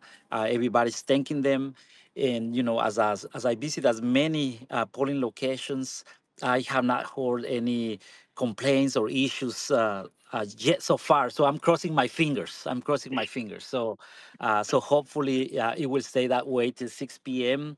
And, actually, I'm very encouraged, for the turnout that is going on today here in Indiana. Now, you mentioned that there were 1.6 million votes cast before Election Day. Most of those, 1.4 million, were early in-person voting, and the others by mail.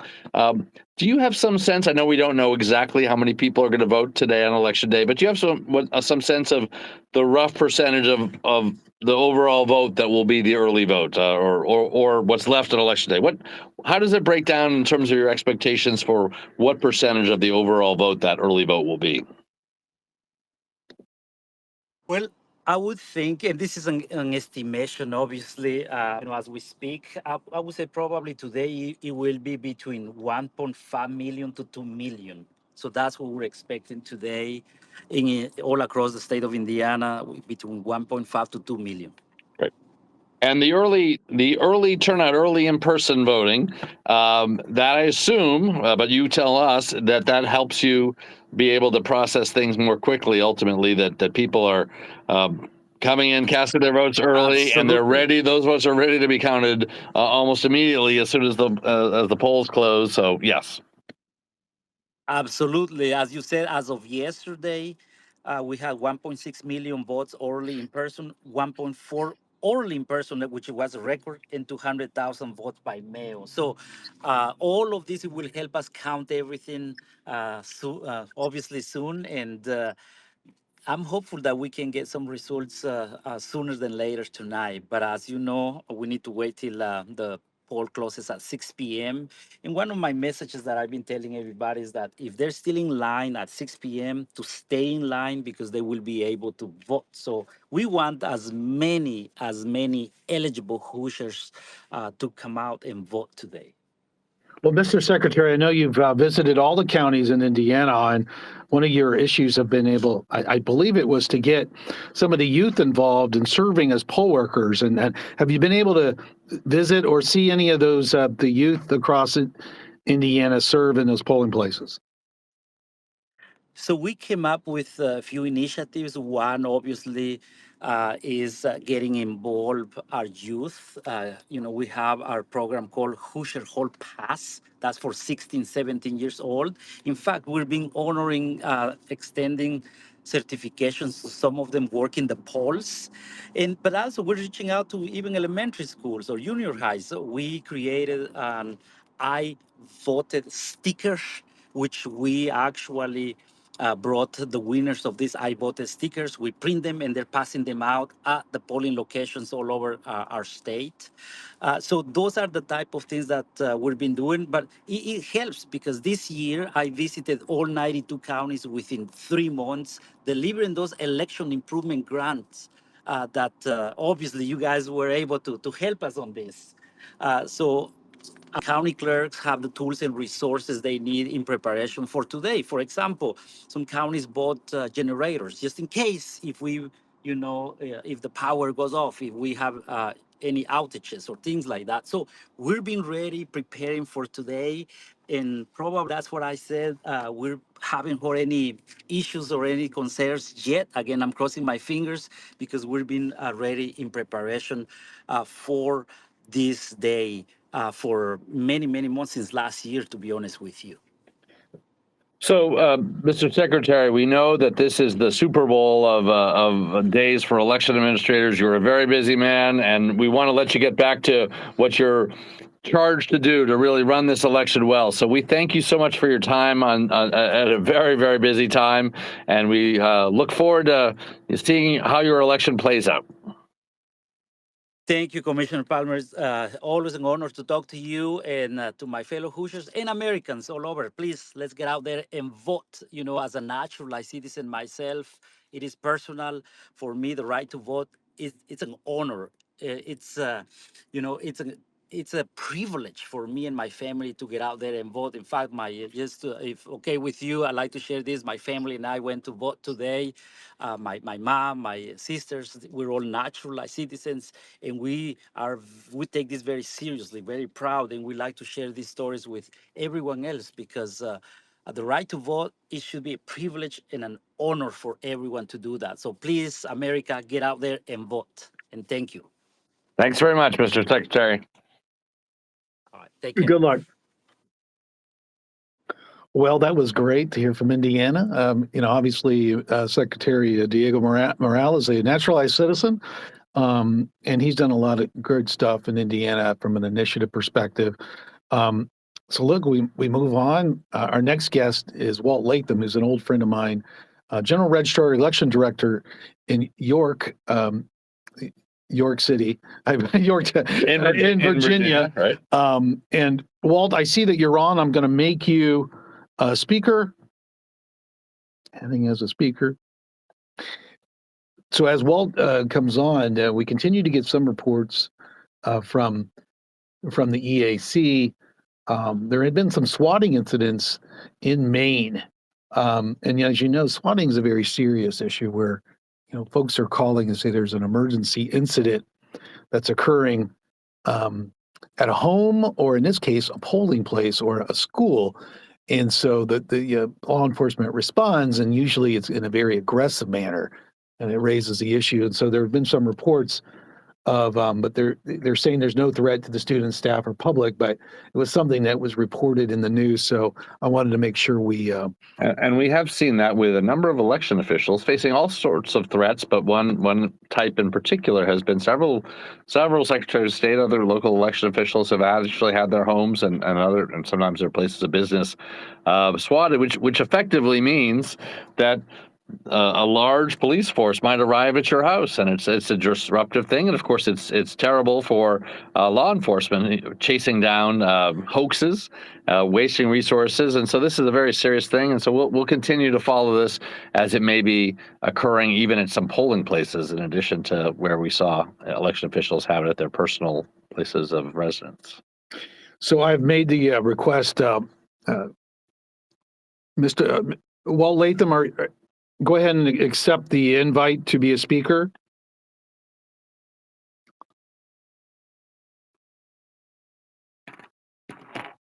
So Virginia's a very interesting. There's in Virginia. I served as the secretary there. It's. I'm a voter there, so That's right. They've had significant changes over the last couple of years too, and love to hear from Mr. Latham on sort of how that's been implemented. We heard from Michigan earlier. This was their first election, I believe, with early voting. And so, there's going to be some growing pains. And I think we heard that from our guest, Joseph Robach, who's in Ottawa County. And he I think he hinted at that a bit, that it's more difficult the first time around because there's things you don't anticipate. The voters don't always know exactly what the options are.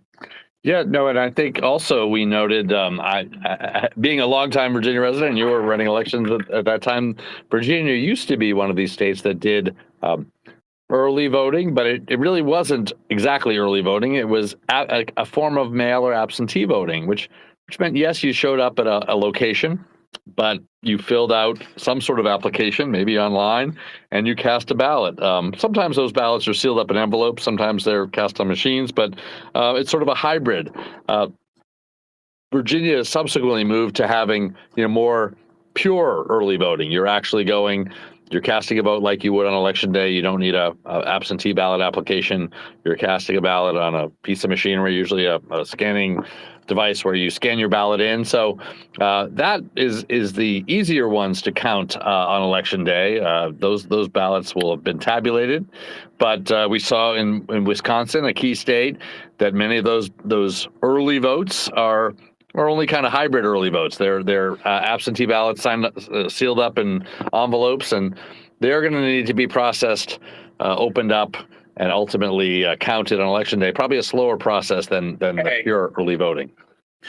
So once again, technology has been a challenge, but we have figured out how to have Walt Latham, who is the General Registrar and Executive Director, or the Director of Elections in York County. Welcome, Walt. Welcome to the Election Officials Update for AEI. Hey, thank you for having me. So give us a sense of what is going on in your region of Virginia. There have been some changes, but what can you tell us about how the early voting or the in-person absentee period has sort of changed over the last couple of years? How has that process gone for you in your office, and what you've seen in Virginia, and how's Election Day going? Well, first, I'd say Election Day is going okay. It's same thing with every election. You always have a few bumps here or there, but we seem to be having pretty steady turnout, pretty good turnout. Lots of same-day registrations. When I checked around 10:30, we had about 451. I'd say about 300 of those were before Election Day, just from the early voting period. So about 150 were from today. So I expect we'll have more of those. That'll be more provisional ballots, because in Virginia, the same-day registrations are provisionals and handled as provisionals. And so that'll be more provisionals than we've had in the past. So we'll be dealing with that over the coming week. The state extended our canvass period, so we'll have more time to handle that. The early voting has been good for us.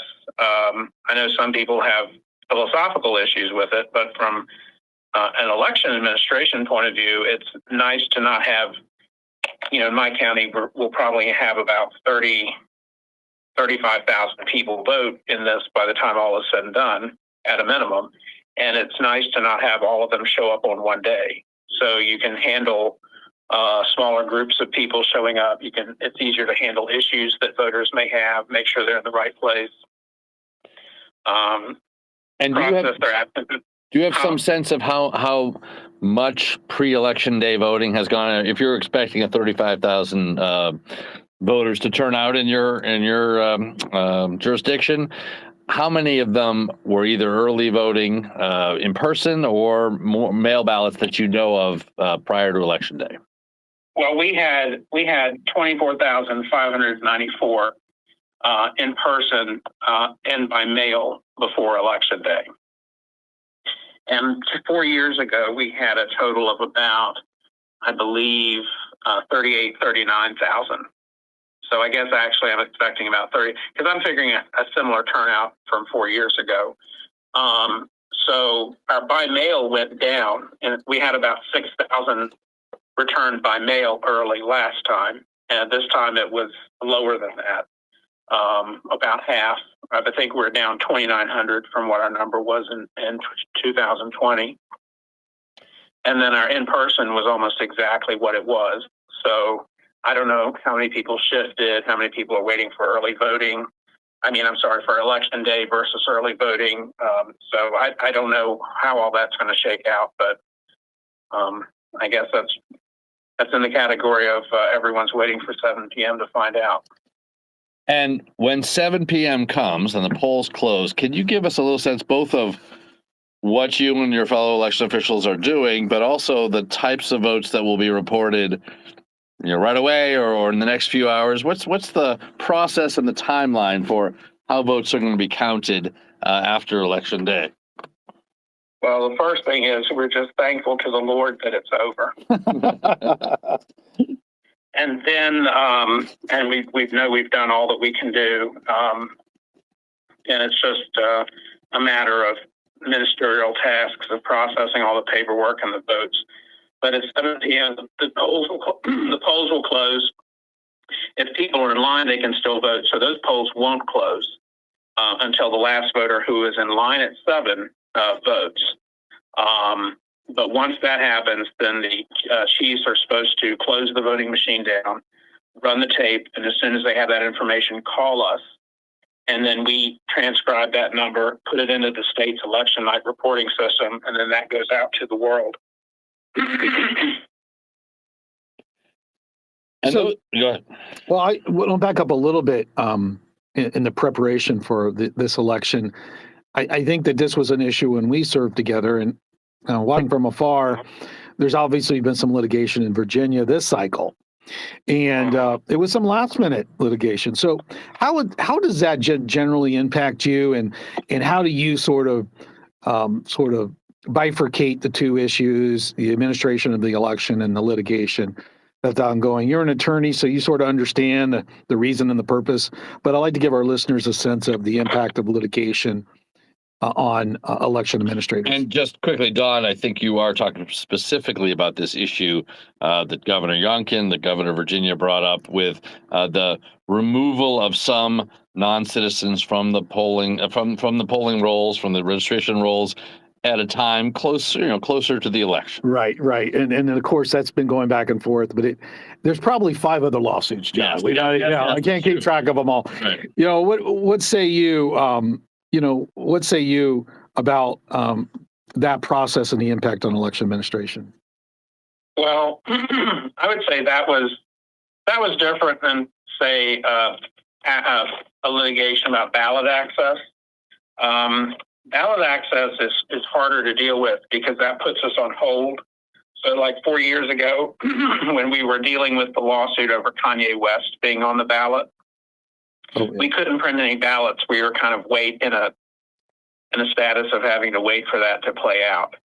And that affects us in our ability to actually print ballots, which delays our ability to start absentee voting on time. All those fights that we saw in other states about who was going to be on the ballot, who was not going to be on the ballot. I'm sorry for those people because I can only imagine what that was like. But that really slows you down as far as actually getting the ballots out the door, opening up the early voting, and so on. The litigation in this instance, it was a relatively small number of people, a very kind of niche group. Excuse me. And so it's not like it really slowed down the rest of the operation.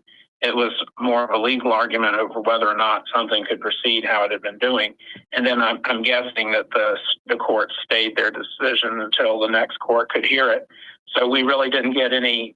It didn't really slow us down as far as operation from day to day. I mean, but if it's something that if it's something that can be done like right when you're trying to get going, that can really jam up operations. So you talked a little bit about the timeline for tonight and the counting of ballots. We all know that those are unofficial results that we're going to be seeing. Maybe they're pretty complete, but maybe you could quickly walk us through the process of how you ultimately are going to get to official results and until you get to certified results. What's the timeline for that, and what are you doing to get to that process at the local level, and then ultimately how the state will certify the final results of their election?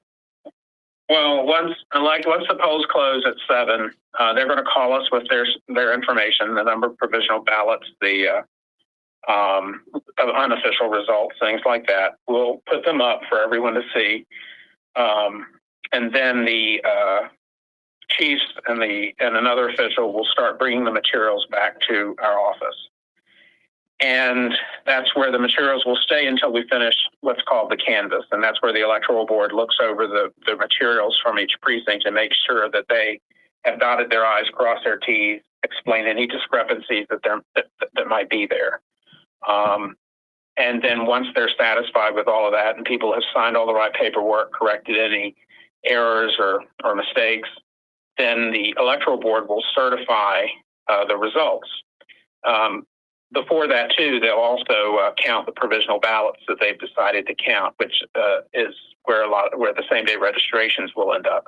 We'll also have some provisionals from people who didn't turn in their absentee ballot. They didn't get it in the mail or they didn't bring it with them, and they showed up to vote in person, so they have to vote a provisional ballot as well. So the board will adjudicate those, tally those votes up, report them as their own precinct, and then certify the results for York County. And then when we're done with that, we'll send that to the state. Now, before the state, with a recent law change, before the state certifies, they have to do an audit. So the certification has been moved out. And before, Virginia did an audit after certification. And a lot of people said, well, that doesn't make sense. And I agree. It doesn't make a lot of sense if you're, thinking you're going to find an error. On the other hand, it just extends the time period for certification, which especially in a year like this, if you're, it's a tight timeline to get electors certified, to have the Electoral College meet so that people can meet in January to formally declare who's been elected. So you have, in a presidential election, you have a very tight timeline. And so Virginia, we're pretty much going to be working until the Friday before Thanksgiving, finishing up this election now with this audit so that the certification can be done in a timely way, the Electoral College can meet and all of that. In Virginia this year, they've decided to do an audit of the U.S. Senate race, and they're going to do an audit of one U.S. House race. We don't know which one yet. And when they decide that, that'll be the 21st and 22nd of November, and the Senate audit will be on the 20th of November. The Senate audit will be a batch polling method audit, and so we'll be randomly pulling ballots to check that, kind of like doing a poll of ballots. The House audit, whoever is participating in that, will end up hand counting perhaps entire precincts. So that will be a more extended process. But that's kind of the new normal in Virginia now.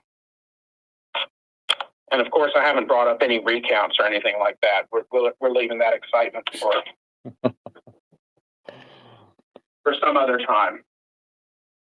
Yeah, so this process, there's 133 jurisdictions in Virginia, and so each of these general registrars or directors are basically doing the same thing. Now, obviously, there's a little bit of difference in the way you do business, and for example, Fairfax County, which is the sort of the mega county in Northern Virginia, but generally things are going to be uniform. Would you agree with that?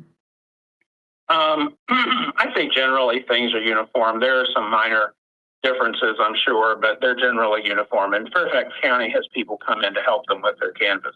Whereas here in York County, the electoral board sits around the table and I sit there with them and they go through the envelopes for the county. There are only 13 precincts plus the absentee precinct, so it's manageable. Whereas Fairfax County has like 200 and some. So that's not as manageable for a 3-member electoral board. So they have staff come in to assist them with the canvass, from what I understand. But yes, the principle is generally the same. They just may upscale to make sure they can get all that work done in a timely way. Because we only have until we have basically a week from the Friday after the election to certify locally. Well, I want to thank you for joining us, Walt. It's always been a pleasure to serve with you when I was in Virginia, and I want to thank you for coming on and talking about how things are going today in York, and then as well as across the Commonwealth of Virginia. I want to thank you for coming on.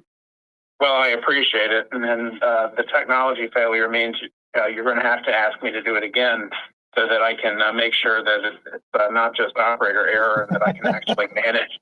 I can actually manage X space technology. All right, as a data, we'll audit that result too. So, Yeah. Okay, thank you, Walt. Thank you, Walt. Bye. So we are going to be joined very shortly with by the Secretary of State of Arizona, Adrian Fontes. Arizona, as many of you know, is one of the 7 most watched states in America, the swing state, one that's been voting. And yep. I'll let Don continue. So, but is voting in important ways. So I have invited the Secretary of Arizona to become a speaker on the space. Let's hope that's working here.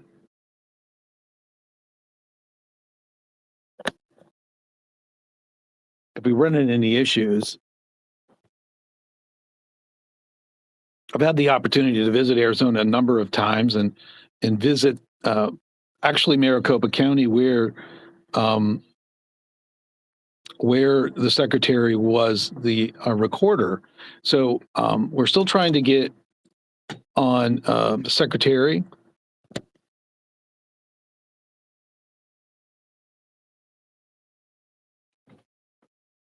I stepped out of the booth, which I think we were trying to get the secretary promoted. I think maybe do we have a Secretary Fontes? No, I don't think so. He's still a listener. Well, while we're trying to make sure the secretary comes in as a speaker, I think that, and we'll hear from the secretary soon. It's one thing to be the chief election official in the state, administering elections. We heard from Secretary Morales from Indiana. It almost raises it to a whole nother level when you're a battleground state and you have a lot of focus. And so Secretary Fontes, as a recorder in Maricopa County, got a lot of focus, including, and now he's Secretary of State. So there's good and bad with that, John. Yes. Right. And I will note that, again, his prior job, Secretary of Recorder in Maricopa County, that's a county that's more than 50% of the state. Yes. So it's a very large county, and now a very important state in the in this presidential election. Let's make sure we get him on.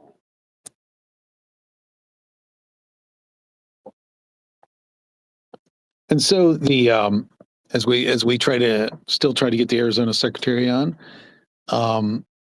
it's a state that significantly vote by mail. They do have vote centers. I had the opportunity to visit a few of the vote centers. We some time ago visited the warehouse and the background of Maricopa County as well. I mean, this is a very large operation. So what we may do is have the secretary call my number.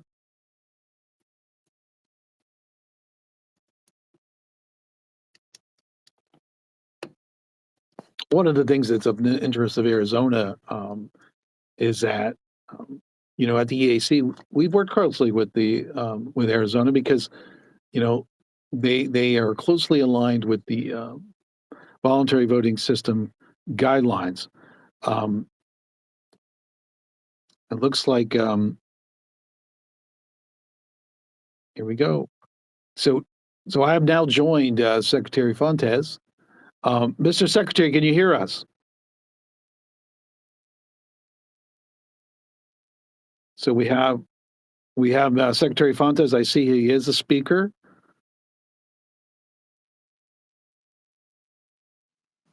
There we go.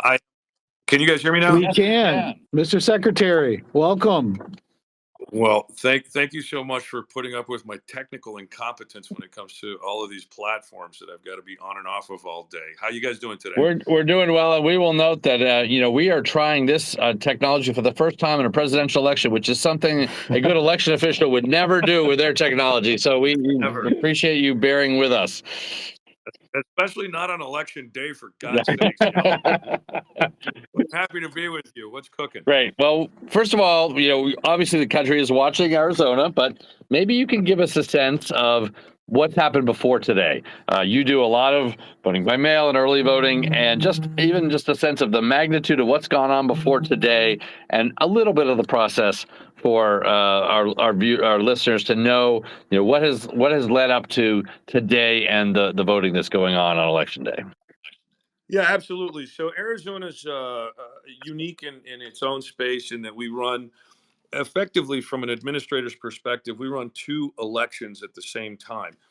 We have an in-person voting system where some of our counties do tabulation on site during election day. Some of them take all of their ballots back to a central tabulation space. And each of our 15 counties really administers these at their level. We're a bottom up state. So all of the counties do their own thing in a lot of these processes.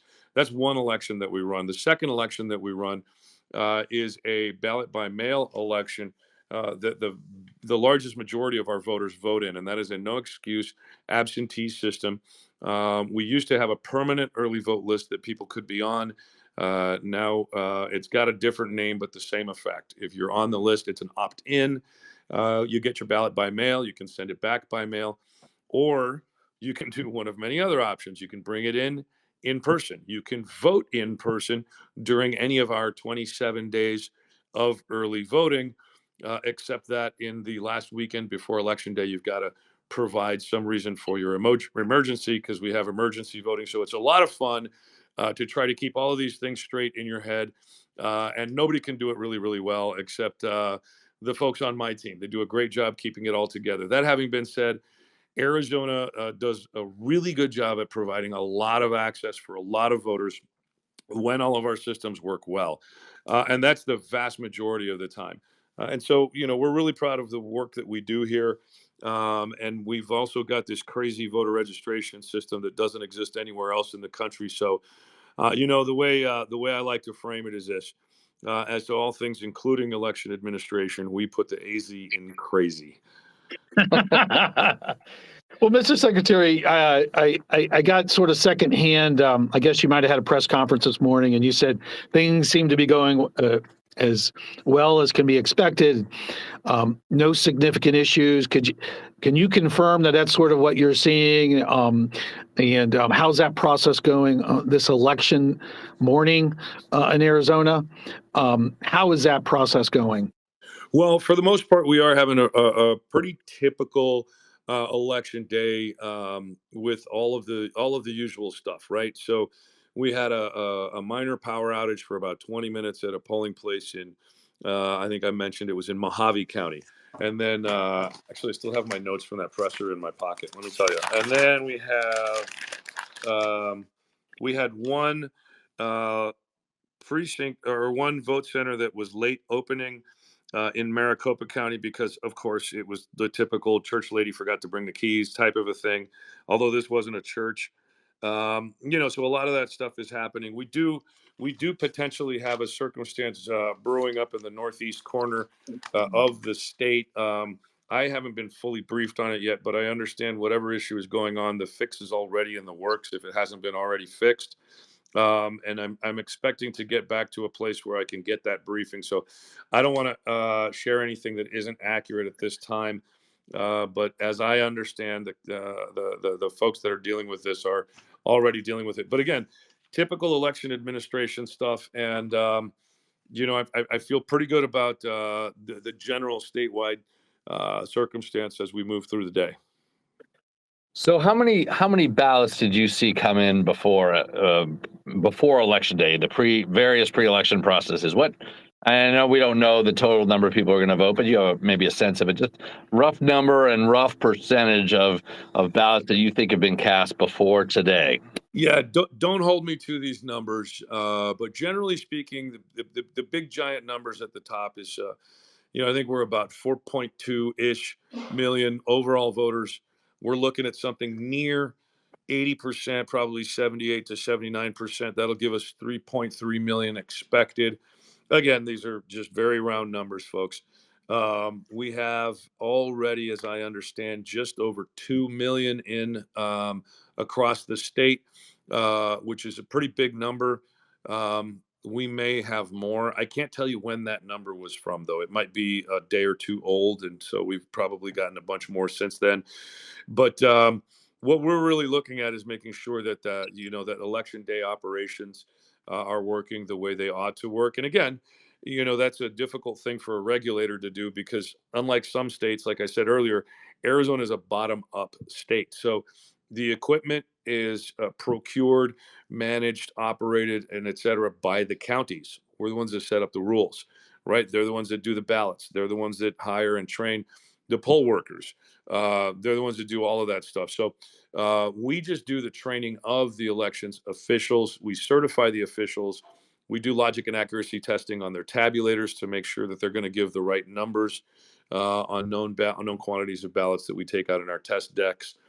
We write the rule book. It's called the Elections Procedures Manual here, that gives a uniform view and a plain English read of the statutes, which can be convoluted and crazy. So that's really the role that we play. And then on days like today, we sort of monitor and do a little blocking and tackling with the media for our folks in the counties who are incredibly busy throughout the day today.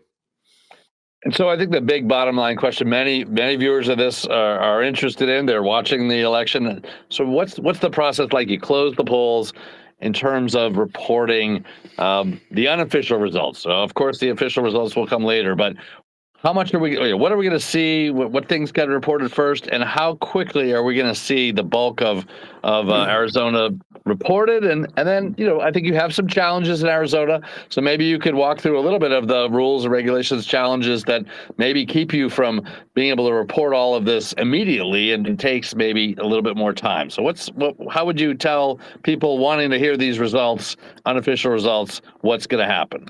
Yeah, so imagine Arizona's got 3 buckets of results, okay? And each bucket moves forward in time. The first bucket is going to be reported out at 8 p.m. Arizona time tonight. And that bucket will contain a pretty healthy percentage, maybe a little over half of the total votes that are going to be cast and tabulated at that point. The second bucket and that's all early ballots, right? Those are all the early ballots that got brought in through early mail voting, have already gone through the signature verification process, et cetera, already tabulated. Okay, those are the earlies. We'll call that bucket number 1. Bucket number 2 is going to be all of your results from your election day. Now, again, we've got some counties that tabulate on site, and so we'll get that data in as it rolls in. And most of our counties tabulate in a central tabulation space. So the ballots have to be transferred from the polling places and vote sites into the central tabulation center. And those results are the ones that you see trickling in through the course of the evening tonight after the 8 p.m. bucket number 1. Okay, so you got bucket number 1 at 8 p.m. Bucket number 2 rolls out over time during the course of this evening. That might take a little bit longer than usual because we've got a new regulation on the books that requires our counties to count the number of early mail-in ballot envelopes that show up on election day. And so it added an extra audit in the middle of the process. So that might delay the bucket number 2 results a smidge. And then moving to bucket number 3 quickly, that's going to be all of the late earlies. So all of those ballots that either have to be cured because of a signature issue, have to be cured because of some other ID issue, provisionals, et cetera. And the largest proportion of those is going to be folks who bring their early ballots in on election day. Those that were designed to be mailed to us before election day, but folks wait and drop them off on the day of. So those are the 3 buckets. Our final official results, we expect to see them 10 to 13 days after election day. We think that the networks will be projecting, if it's as close as it was in 2020, for example, one of the networks didn't project until 9 days after election day. So it's going to take a little time, but I'll tell you, we're going to get it right. And that's really what matters to us. So the biggest challenge that we have, frankly, is tempering the expectations of everyone else. Because we know what we're doing, and it's just everybody else gets really anxious out there when we have tight margins and those projections don't come in as quick as folks would like. It's really your bucket number 3 that is keeping you from having the unofficial results more in a day or a day and a half. Those are the things that are trickling in that you're dealing with over the course of several days that get you to later in the week. That's exactly right. And now look, back when Arizona was in a different political posture, Senator McCain's winning re-election by like 20 points. The networks could call Arizona, the AP and all these other outlets could call Arizona within maybe on election night or a day or so afterwards. But that's because of these big margins that made it mathematically impossible for his opponents at the time. Arizona has been shifting over the years, and we've seen this coming literally over the last couple of decades. The narrowing margins, the growing competitiveness of the political space in Arizona kept moving us closer and closer and closer to being where we are now, which means it's harder to project winners in Arizona. And that's what's actually delaying the quote unquote delaying the results. The reality behind the scenes for official results is we've always gotten them in 10 to 13 days after election day. So with our very quickly growing population, we've also sped up our processes to kind of ally with that. And so we still have 10 to 13 day official results. It's the projections that are coming in slower and slower. So, I jokingly blame the media and tell them to get their math done better. Because they're the ones that are clogging up the projections, not us. So thank you, Mr. Secretary. Last question for me, at least. You served at the county level, and I was talking while we were waiting for you to become a speaker on this, that there was a lot of scrutiny in Maricopa, and there's a lot of scrutiny as Arizona. A lot of it's because of the battleground state. From your perspective, you've been through a presidential at the county level. Now you're at the state. What is the difference from your perspective in how you're managing this?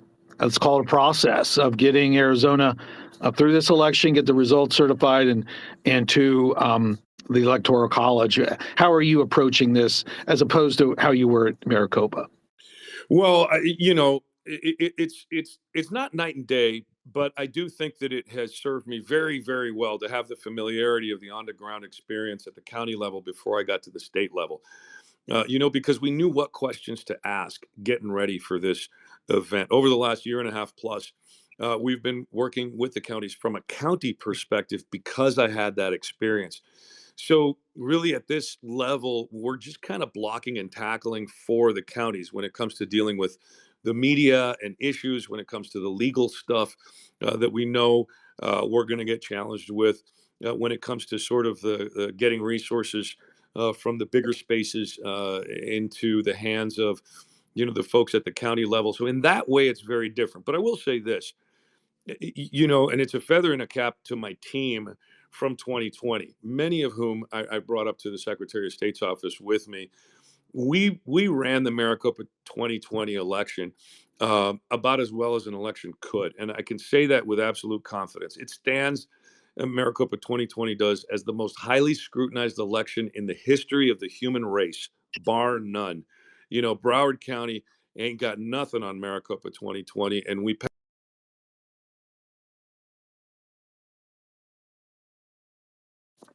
space where we've proven it, and we've lasted the test of time. I'm proud of that team. Again, many of them are with me now at the Secretary's office. A bunch of them are still at Maricopa, so they should get all of the credit that they deserve for the Herculean efforts that we survived, and the credit really goes to those people. Thank you for joining us, Mr. Secretary. We know you're busy and you need to get back to running this election. We appreciate you taking the time. Thank you. Happy to be on here with y'all, and happy election day from the Grand Canyon State. All right. Thank you very much. Bye-bye. So, Mr. Secretary has left the space. Because of the importance of Arizona, we're going to continue. We're going to speak with Eric Spencer, who actually used to work at the state level, and he's an attorney in Arizona. And a lot of focus on Maricopa. Obviously, so we're going to get his perspective, John. Mm-hmm. Well, welcome to the AEI Election Officials Updates. John, welcome back from lunch. We are back, and as many of you know, our regular podcast, The Voting Booth, is here on Election Day. We are doing some live updates, speaking with election officials and others watching elections around the country. Trying to get a sense of how our elections are going, what's happened before Election Day, what it's going to look like tonight in terms of the counting. And we have an exciting lineup today. We have just to give you a little bit of a preview, we're about to talk to Mark Woloshyn of the Nevada Deputy Secretary of State. We'll also be talking to the Secretary of State of Kansas, Scott Schwab. Not too long after that, Karen Brinson-Bell, the election director in North Carolina. Secretary of State of Arizona, Adrian Fontes, joining us later this hour, and Secretary of State of Indiana as well, joining us later in the hour. So we have or later in the 2-hour period, just to note, this is a 1 to 3 period. And one last programming note, we will be breaking then and moving over to the Election Assistance Commission on a different technology, some more talking with election officials. So I'm excited about this afternoon, Don. I'm sure you are as well. Yes, I am. And why don't we get started? What's our first guest, and where is it? Our first guest, I mentioned, is from a state that many, many people are watching across the country, Nevada, and that's okay. Mark Woloshyn, who's the Deputy Secretary of State. So we got him live. He's ready to go. Mark, are you available? Are you there? I am. Good morning or good afternoon, I guess, on the East Coast. How are you all doing today? We're doing good. We've been talking to election officials throughout the morning here on the East Coast, and things are. I've seen some reportings coming out of Arizona and starting on the West Coast. What can you tell us about Nevada? How are things going? Obviously, a huge early vote and mail turnout that is going on. But talk to us about how you're feeling with the early voting behind us, and as we look as we're now in Election Day. In your state. Yeah, absolutely. And first of all and foremost, really appreciate you having me on. I know Secretary Aguilar, he's down in Las Vegas. He's going around checking out polling locations, talking to a number of folks, helping to collaborate with our Elections Integrity Task Force too, to make sure everything is smooth and as available and accessible as possible for our voters. But so far, I will tell you, out here in Nevada, it's a truly great day. The weather is perfect. It's up north here. It's a bit crisp. Got a little bit of snow recently. Down in Vegas, no snow. Spoiler alert. But again, weather's great. Turnout is amazing. Earlier, we had our 2-week early voting period for in-person early voting that just ended on the 1st out here in Nevada. That again had about 53% turnout roughly across the state already during that early voting period, which was great in and of itself. Again, this morning polls opened on time across the state. Really in all, roughly 250 polling places that we have. Again, from the greater Clark County region, all the way up to the corners of our state and across the rurals and everywhere. And it's been going really well. Again, we've heard about lines this morning initially, just folks eager to get in as soon as the polls opened.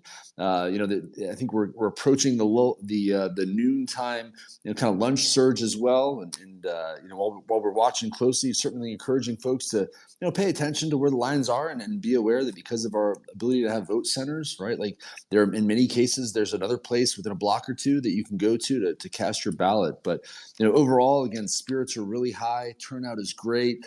Just a lot of smiling folks and people excited about taking part and having their voice heard in our democracy. So, Mark, maybe we could back up just a little bit, because I think of the 7 battleground states that people are watching closely, Nevada's probably made more changes over the last 4 years than any of them. And you can explain better to viewers than the listeners than I can, but Nevada is now mailing ballots out to all their citizens. You've got vote centers. Give us a sense of, briefly how your process changed. Like what's the new process, at least new for the presidential election, that you are using before Election Day?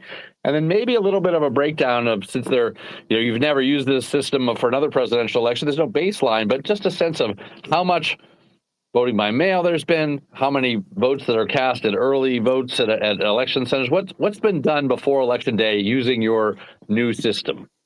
Yeah, and that's a really great question. And you're spot on. There have been a number of changes in how elections are administered here in Nevada over the last, really 5 or so years. Some of those changes, as you mentioned, really focused on expanding accessibility. One of the biggest following the pandemic was our transition to a universal vote by mail state. That by itself, as you can imagine, was really no small thing. And that's something that initially Nevadan voters kind of took to and have continued to expand. So that's one of the trends, especially when you look at the election cycles, and this is really across the country. This space was downloaded via spacesdown.com. Visit to download your spaces today. From the 2020 pandemic era to the 22, but they were midterms, but now a 24 presidential election cycle, there certainly have been a lot of changes and a lot of things that we're looking at to really help understand the will of our voters. How do our voters in Nevada prefer to vote? I'll tell you that the reporting, kind of the proof is in the pudding there. A lot of them really do like voting by mail. And in fact, where we're at right now, we've got about 546,000 mail ballots that have been returned, as opposed to about 542,000 individuals who voted during that early voting period. So again, really kind of an even split when it comes to the turnout and the method used to vote. You also cited, the fact that we transitioned to a top-down voter registration system. That top-down system, again, does not change any of the statutory responsibilities of our county election officials. They're still heavily engaged, and I will tell you, having worked and talked with basically all of them for some time now, some longer than others because we have some new faces over the last couple of years, but holy cow, their determination to support the voters and to make sure that the security of the systems, it's just truly commendable. At the state, the county, and our city election officials, they are really, I love saying it, that they are the hand-picked team, that if you could pick out Nevadans to run elections here, these are the men and women that you would want to have do that. They all, in addition to the prep for our presidential preference primary that occurred in February and our June primary that occurred, have been working very hard to make sure things were set up and in place to meet the needs of voters for this presidential election, including that transition to a new voter registration and election management system. That system by itself, because it's a centralized system, has already led to an increase in our ability across the state to help voters understand, right? It used to be, if somebody called the state and asked certain questions about their voter registration or other elements of their registration or method of how they could vote, there was kind of a masking that we wouldn't be able to see it at the state, for example. And we'd have to direct them to the county, and counties oftentimes would get inundated by calls. Now we're all on the same page and able to see more, so we can support questions and really get that information to the voter in a more timely manner, which is extremely important in helping them be able to make the decisions about how and where they're going to vote. And one last thing I want to cite too, one of the big changes that Secretary Aguilar implemented really was already in statute before, but it was a recognition of the importance of getting results to voters in a timely manner. So again, this is not a legal change, but our laws in Nevada allow for election officials to start tabulating at 8 a.m. on election day for for certain ballots. So we're able to, once the polls close and the last voter has voted, which in Nevada is at 7 p.m. Pacific, we're going to be able to release essentially the vast majority, if not all, of the early voting returns and even the mail ballots that were turned in across the state in most of the counties within, frankly, minutes of the last voter voting in a secure manner, so that, again, there's an opportunity to see the will of the Nevadan electorate almost immediately. Then, of course, throughout the subsequent days, we'll be updating those numbers as more ballots are tabulated and mail ballots processed and those sorts of things. But it's just been a very exciting time of change with some just great changes that truly benefit our electorate and just the awareness of the importance and of their voices right through the voting process. So following up a little bit of what you just said, so you have mail ballots, but you've been able to do some pre-processing of those ballots, looking at the envelopes and seeing if people are eligible, and then ultimately being able to tabulate them this morning, and then early voting also is something you're getting quickly. But what rough percentage do you think? I know we don't know how many people are going to vote overall of the vote is in that early and mail ballot category. What's left on election day? Is it less than 50%? I think, but do you have a sense of what it is? I do, absolutely. And you're right. There was about 53, almost 54% turnout from the early voting, including mail ballots. And we expect it, essentially, again, the vast majority of that to be released in that initial release after the polls close tonight. In regards to election day voting, again, like we said, it's a little bit of an unknown. In 2020, only about 11% of the votes cast were cast on election day. But again, I kind of TBD if that's going to be the same. It'd be anywhere between 10 to maybe even 25% of the electorate may turn out on election day. So. Very exciting times, though, for sure. So just I wanted to get back up a little bit and give our listeners a sense of what it means to and how it is to vote early in Nevada. It's when I visited, we were voting. There was voting in tents. There's voting in malls. There's voting in supermarkets. Is that going to be the same thing on election day? Do you have those same options there, or is that more of an early voting option? It is the same on election day. In fact, and while not every early day voting location carries over to election day, our county election officials look very closely at population densities, distance from public transportation, centralized hubs of the population across the different counties. And I will tell you, it turns out there's some vast differences between Clark County, right, which is I think somewhere around the 12th, 13th largest county in the United States by population. In Esmeralda County, one of Nevada's 17 counties, with about 600 total registered voters, right? Like vast differences in huge spaces. We also have the third physically largest county in Nye County. It's a massive county with its population spread across and some unique challenges there. And those county election officials look at the locations that support the needs of the voters. In some locations, towns, and they prefer to vote by mail historically, and in other locations, there's a higher in-person turnout. The county election officials essentially identify the best spots. Some of those are grocery stores, some are schools, some are other locations, to make sure that if the population prefers to vote in person, that those opportunities are provided to those voters. And if they prefer to vote by mail, then appropriate, secure drop boxes are put into nearby locations as well. So a little bit of a bottom line, I think many listeners are going to want to know, they're going to be watching this election, they're going to want to know, when will we really see the vast, the unofficial results, yes, but the nearly complete unofficial results? You obviously have a process for getting a lot of these things turned around quickly, but there might be some ballots out there, ballots arriving a little later. What's your sense of what people are going to be seeing election night, or if it's tomorrow or down the road? What's the timeline that you could reasonably give to people as to when they'll start seeing really the vast majority of your unofficial results being reported on the Secretary of State's website? And that's a great question, and I will be as clear and concise as I can. Again, early voting returns tonight, election day tonight, and into tomorrow morning. And I expect the vast majority, really, if not today into tomorrow, then likely by Wednesday, Thursday morning at the absolute latest, before the vast majority. Again, Nevada law requires the acceptance of a mail ballot up to 4 days after the election. So as you cited, there will still be changes. In fact, it's 4 days to accept a ballot, a couple more days to conduct signature curing, and state law requires that all ballots are done being tabulated by that 7th day. So there will be changes all the way up until the 7th day after the election. But again, the vast majority, which I think is what your listeners are really kind of keyed in on, likely within the 24 to 48 hours leading up to and after Election Day. Well, I want to thank you, Mark, for joining us. Thank you for this update. We really appreciated you spending the time here. I know it's busy in the election office, and best wishes for the rest of the day.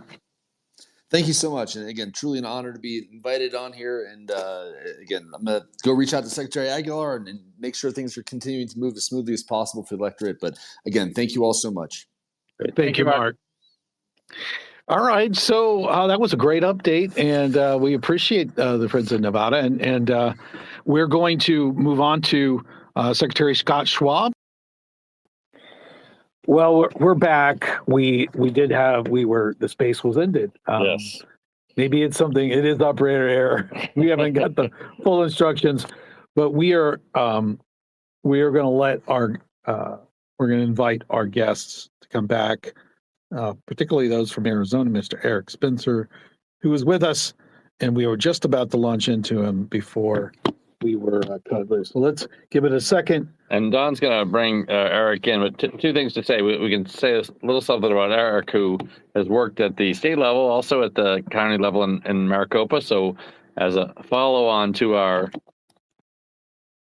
in Ohio. So we're going to be wrapping up this session in about 25 minutes. But there is still yet another place you can hear from more election officials. That is going to be in a different technology. We're going to leave the Twitter X Spaces after this, and at 4 o'clock, we're going to be going over to the Election Assistance Commission. Physically, we're going to be going over there, but we'll also be there on a more of a Zoom platform. Maybe I'm speaking here in the wrong way, but we should go. For those of you who want to follow us, we should go to the EAC's website, eac.gov. You'll be able to, at 4 o'clock, be able to log on to and hear from a number of other election officials. I'm looking at the list here. We have election officials from Utah and Pennsylvania and Colorado, Florida, Minnesota, the Minnesota Mississippi Secretary of State, Texas, Rhode Island, North Carolina, again, California. And as I think you might note, it's a little bit more of a rapid fire with shorter interviews with quite a number of those. So from 4 to 5:30 at the EAC's website for the last conversation after this one ends. So I do have Eric.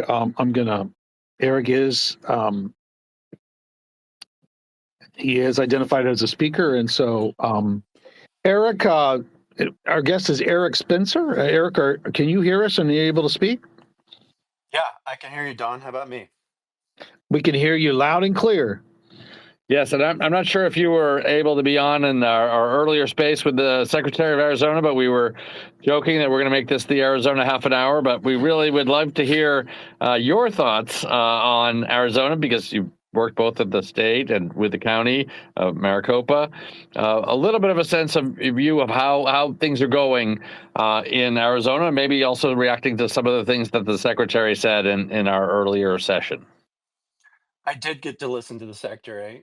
By the way, thank you for having me on. Usually the undercard goes first before the main attraction, so I feel awful to have to follow Secretary Fontes. Today's a pretty calm day in relative terms. There are isolated events that have a momentary um, bit of attention on X, but everything that I've seen throughout the day pretty much has been solved within a few minutes or maybe within the hour, and whatever initial peak of interest has occurred over those what I would call minor events seems to be solved. I watched Maricopa County's press conference at 11, and I've been monitoring a lot of great reporters and activists on the ground here. And overall, it feels like the system is holding pretty solidly together, which is kind of what we all want, regardless of partisan preference. Yeah, Eric, I think that, and again, we've been so engaged with the Twitter space, it's hard to monitor fully. But, in some past elections, there were issues with ballot on demand and election day, casting of ballots. It doesn't seem to be anything like that, which significantly impacts the process. And so it seems like a very good thing. Is that a fair statement? I think so. I think the counties and the election officials have done a good job of preparing the public through voter education.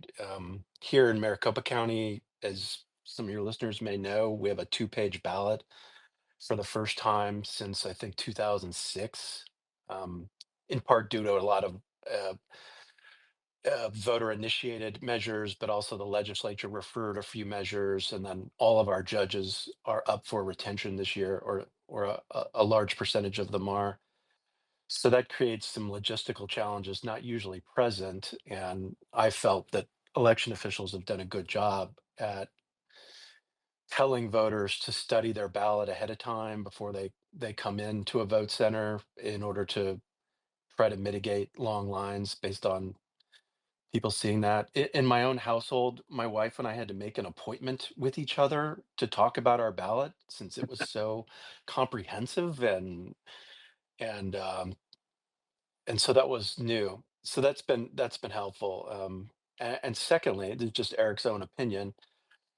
Um, Especially the Republican Party here has taken to heart the benefits of voting early, even if that might contradict their viewpoint of the world and how elections optimally should be run. And as a result, I believe that because those voters have taken advantage of that, that's probably creating a little bit stress on the election day system to some helpful degree. And I was in a political party war room in 2022, and I can tell you that that entire strategy was to bring out voters on election day, and I feel that that stress and that pressure has diminished somewhat due to the um, both ecstatic and begrudging greater acceptance of early voting in this cycle, and that's probably helped ease tensions just a bit here in Arizona. And I know in the past or in other places, well, the secretary discussed what he called bucket 3, meaning there were some votes that had been already cast. Those might be counted fairly quickly. Votes that were going to be cast today, and then there's some things that are trickling in, and some of those are late arriving ballots, and some of them are ballots that have been dropped off late, and some of them are provisional ballots as well.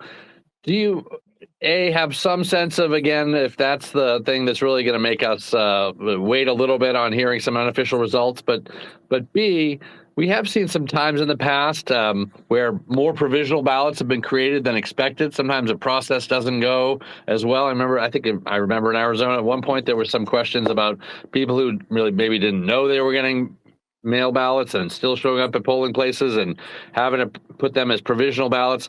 Do you have a sense that that bucket of votes that is going to be late decided, late scrutinized, is A, the issue, and B, is it bigger? Are there issues that are being caused by election problems on the ground that are causing more people to go into that bucket? Well, what Secretary Fontes called bucket 3, which is primarily the late early ballots that either arrive in the mail um, on or shortly before election day or are dropped off at the polls on election day, that's the bulk of what takes Arizona into day 10 through 13. To some degree, it's provisional ballots as well.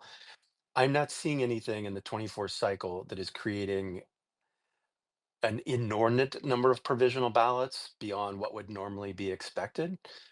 And I suppose anecdotally, maybe some of that occurred in 2022, but in this election so far, it feels sort of normal. Of course, that's been mitigated by most counties in Arizona, including Maricopa County, going to a vote center model. So you no longer have out of precinct provisional ballots. I heard a press conference from Maricopa this morning where I believe they stated there were um, eh, switching real quick from provisionals to early ballots.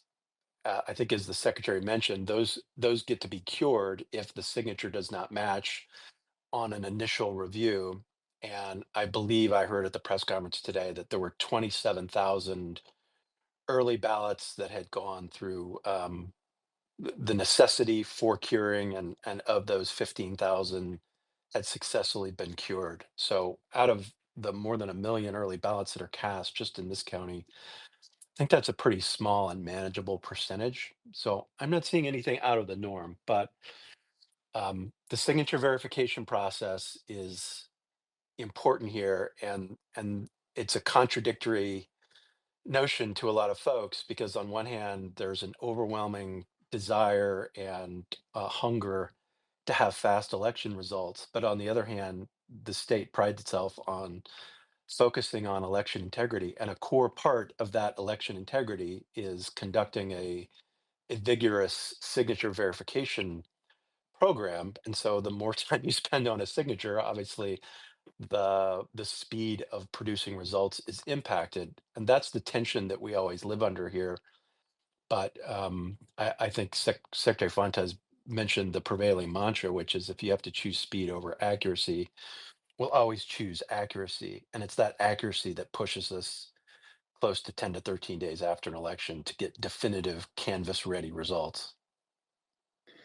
So, Eric, you sort of alluded to it in your comments. I think one of the tweets that I saw from the Maricopa recorder, it was that they were going to have 100 people already working to process mail ballots, and I'm assuming that's a signature verification process. Is that a process that started now and will be continuing through tonight, obviously, and then tomorrow and through the week? Yeah, frankly, it started 27 days ago at the beginning of early voting. Part of that This space was downloaded via spacesdown.com. Visit to download your spaces today. process is indeed the signature verification, and my understanding is that they have brought in additional folks to do that beyond the already existing temporary folks they bring in as temporary permanent temporary full-time employees. That's not oxymoronic. But the other part is getting that ballot ready to be tabulated. So again, challenges because it's a two-page ballot. That envelope, after it has been signature verified, has to be opened, and a bipartisan team of folks take the ballot out of the envelope and have to ensure that it's the correct ballot for this election. Sometimes folks accidentally vote a primary election ballot, for example. Then they've got to reconcile that there's two pages in that envelope. Sometimes there's two-page ones when spouses get the envelopes mixed up, or there could be just one of the two ballot cards in there. So they have to do all of that reconciliation, and then they've got to count everything and rubber band it all and put it in trays and head it towards the tabulation room. So it's a bit of a laborious process. It's all of that sausage making that delays results a bit. But I echo what Secretary Fontes said earlier, which is in the days when the margins were large in Arizona elections and it was sort of a fait accompli who would win a lot of our elections, this process was still going on. It was behind the scenes, not a two-page ballot scenario, but that was normal here. But now that the eyes of the world are on us as a swing state and the margins are razor thin, it puts a spotlight on this process. There have been a few proposals to potentially require early voting to end, not only end, but the ballots to be turned in by some date prior to the election, like on the Friday before the election, and that's what would allow us to get quicker results. But that obviously creates a disenfranchisement of those voters who are used to returning their ballots over the last 3 days, and therefore the legislature hasn't made that switch, and here we are in our system. Well, Eric, I want to thank you for coming on and talking a little bit more about Maricopa and what you heard from the press conference and your experience in Arizona elections. Thank you so much for coming on and giving an update from Arizona. Sure thing. Go Army, beat Navy. Oh, you're going to pay for that one. All right. Go Navy. All right. You take care, Eric. All right, we'll talk later. Thank you. See y'all. Take care. So we are we're nearly wrapping up our afternoon session again, our Twitter Spaces session. We've got one more guest, Tyler Herman, who's going to join us from Ohio. But again, to remind you that if after 3 o'clock you want some more, we are going to go to a different platform. We're going to go over to the Election Assistance Commission. You can find the link to that at the eac.gov. And there, I think we'll have maybe even more rapid fire election officials than we have here. We've got them tightly scheduled for sort of 5-minute updates from quite a number of states from 4 to 5:30. So it's going to be bedlam, isn't it? Yes. We're going to have to talk faster. So, but welcome, Tyler. So, Tyler, welcome. Thanks for having me. So, Tyler Herman is a former EAC special counsel who's now working in Ohio, and he's actually an elected representative on the city council, right, Tyler?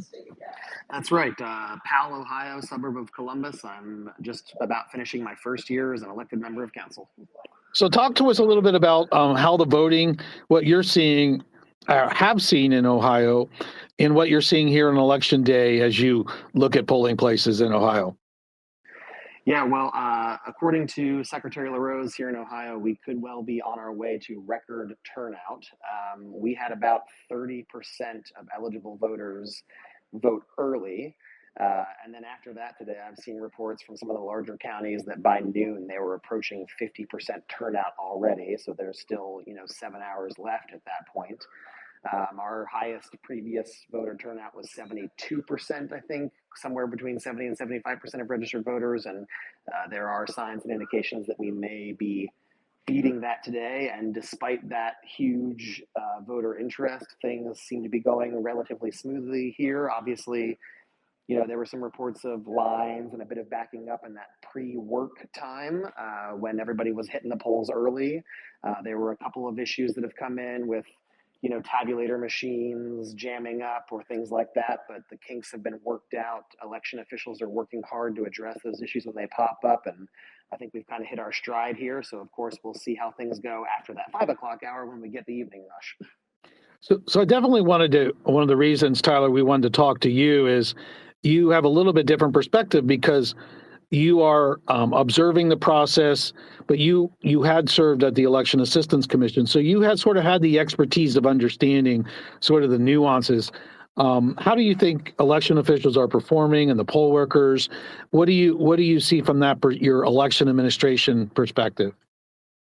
Yeah, it's an interesting thing looking at the different issues that are popping up. So here in Ohio, we are what some people refer to as a bottom-up state, which means that our individual county boards of elections have a lot of power and authority to decide how they're going to administer things. So for one example, the state of Ohio does not use one voting system statewide. It differs by county. So in one county, you may be using a paper ballot. In another county, you may be using a ballot marking device.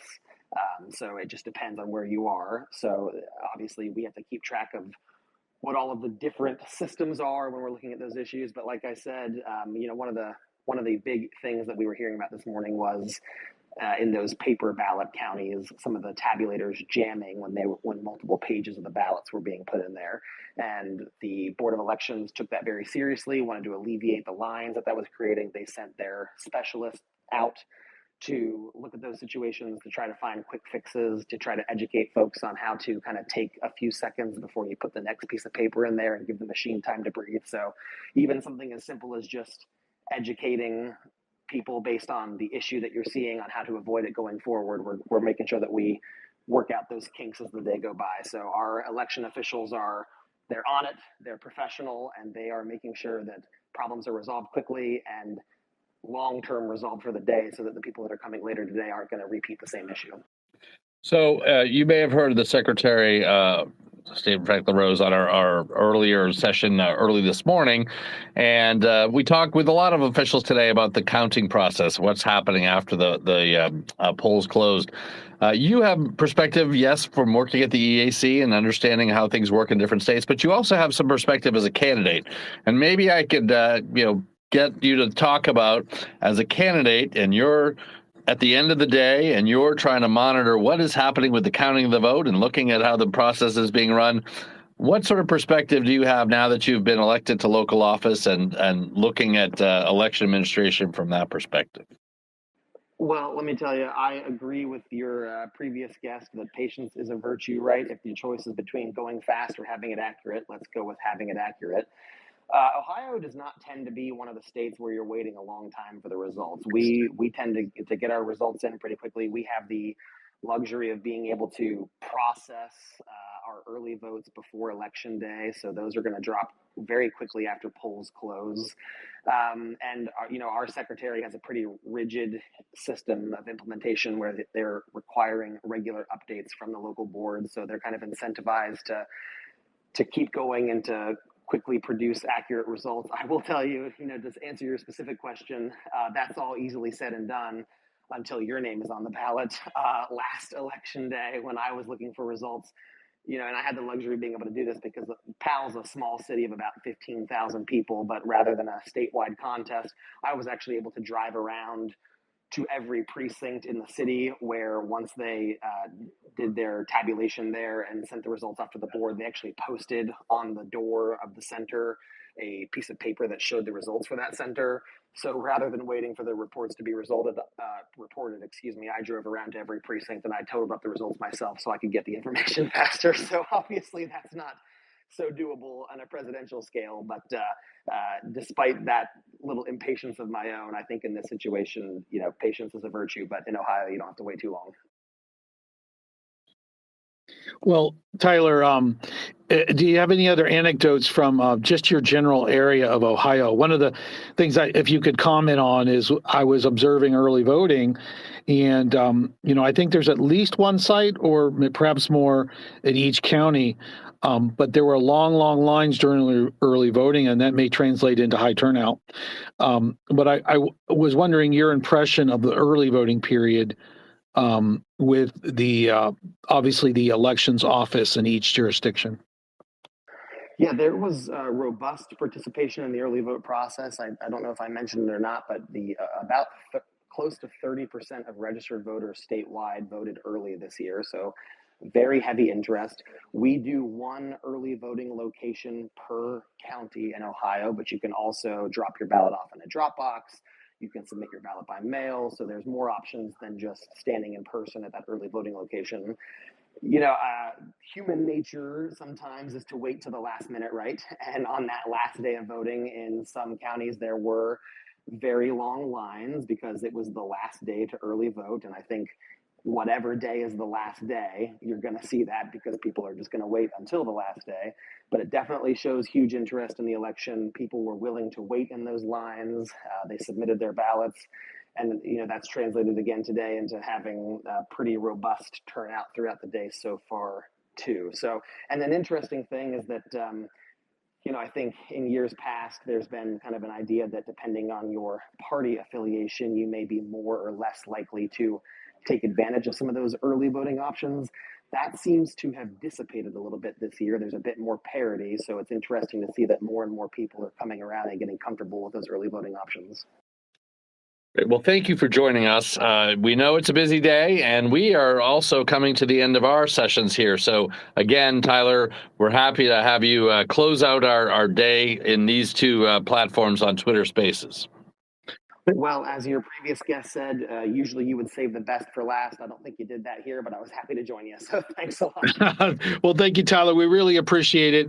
And good luck in Ohio as we wrap up the day in the next couple hours. And we will be joining over at the Election Assistance Commission, eac.gov. You'll be able to find where you can join the link and watch us on YouTube for the results. And again, with a star-studded cast of election officials from many states, usually smaller, shorter interviews than we've been doing here from Utah, Colorado, Pennsylvania, Florida, Minnesota, Mississippi, Texas, Rhode Island. I feel like I'm calling down those states. North Carolina again, California, Virginia, Arkansas, West Virginia, South Dakota, Iowa, and Missouri. So you will be able to get more by going to eac.gov from 4 to 5:30 as we then will wrap up our day of talking with election officials. Thank you, Tyler, and thank you for everybody who's joined us over the since the morning. And with that, we're going to sign off. Thank you very much.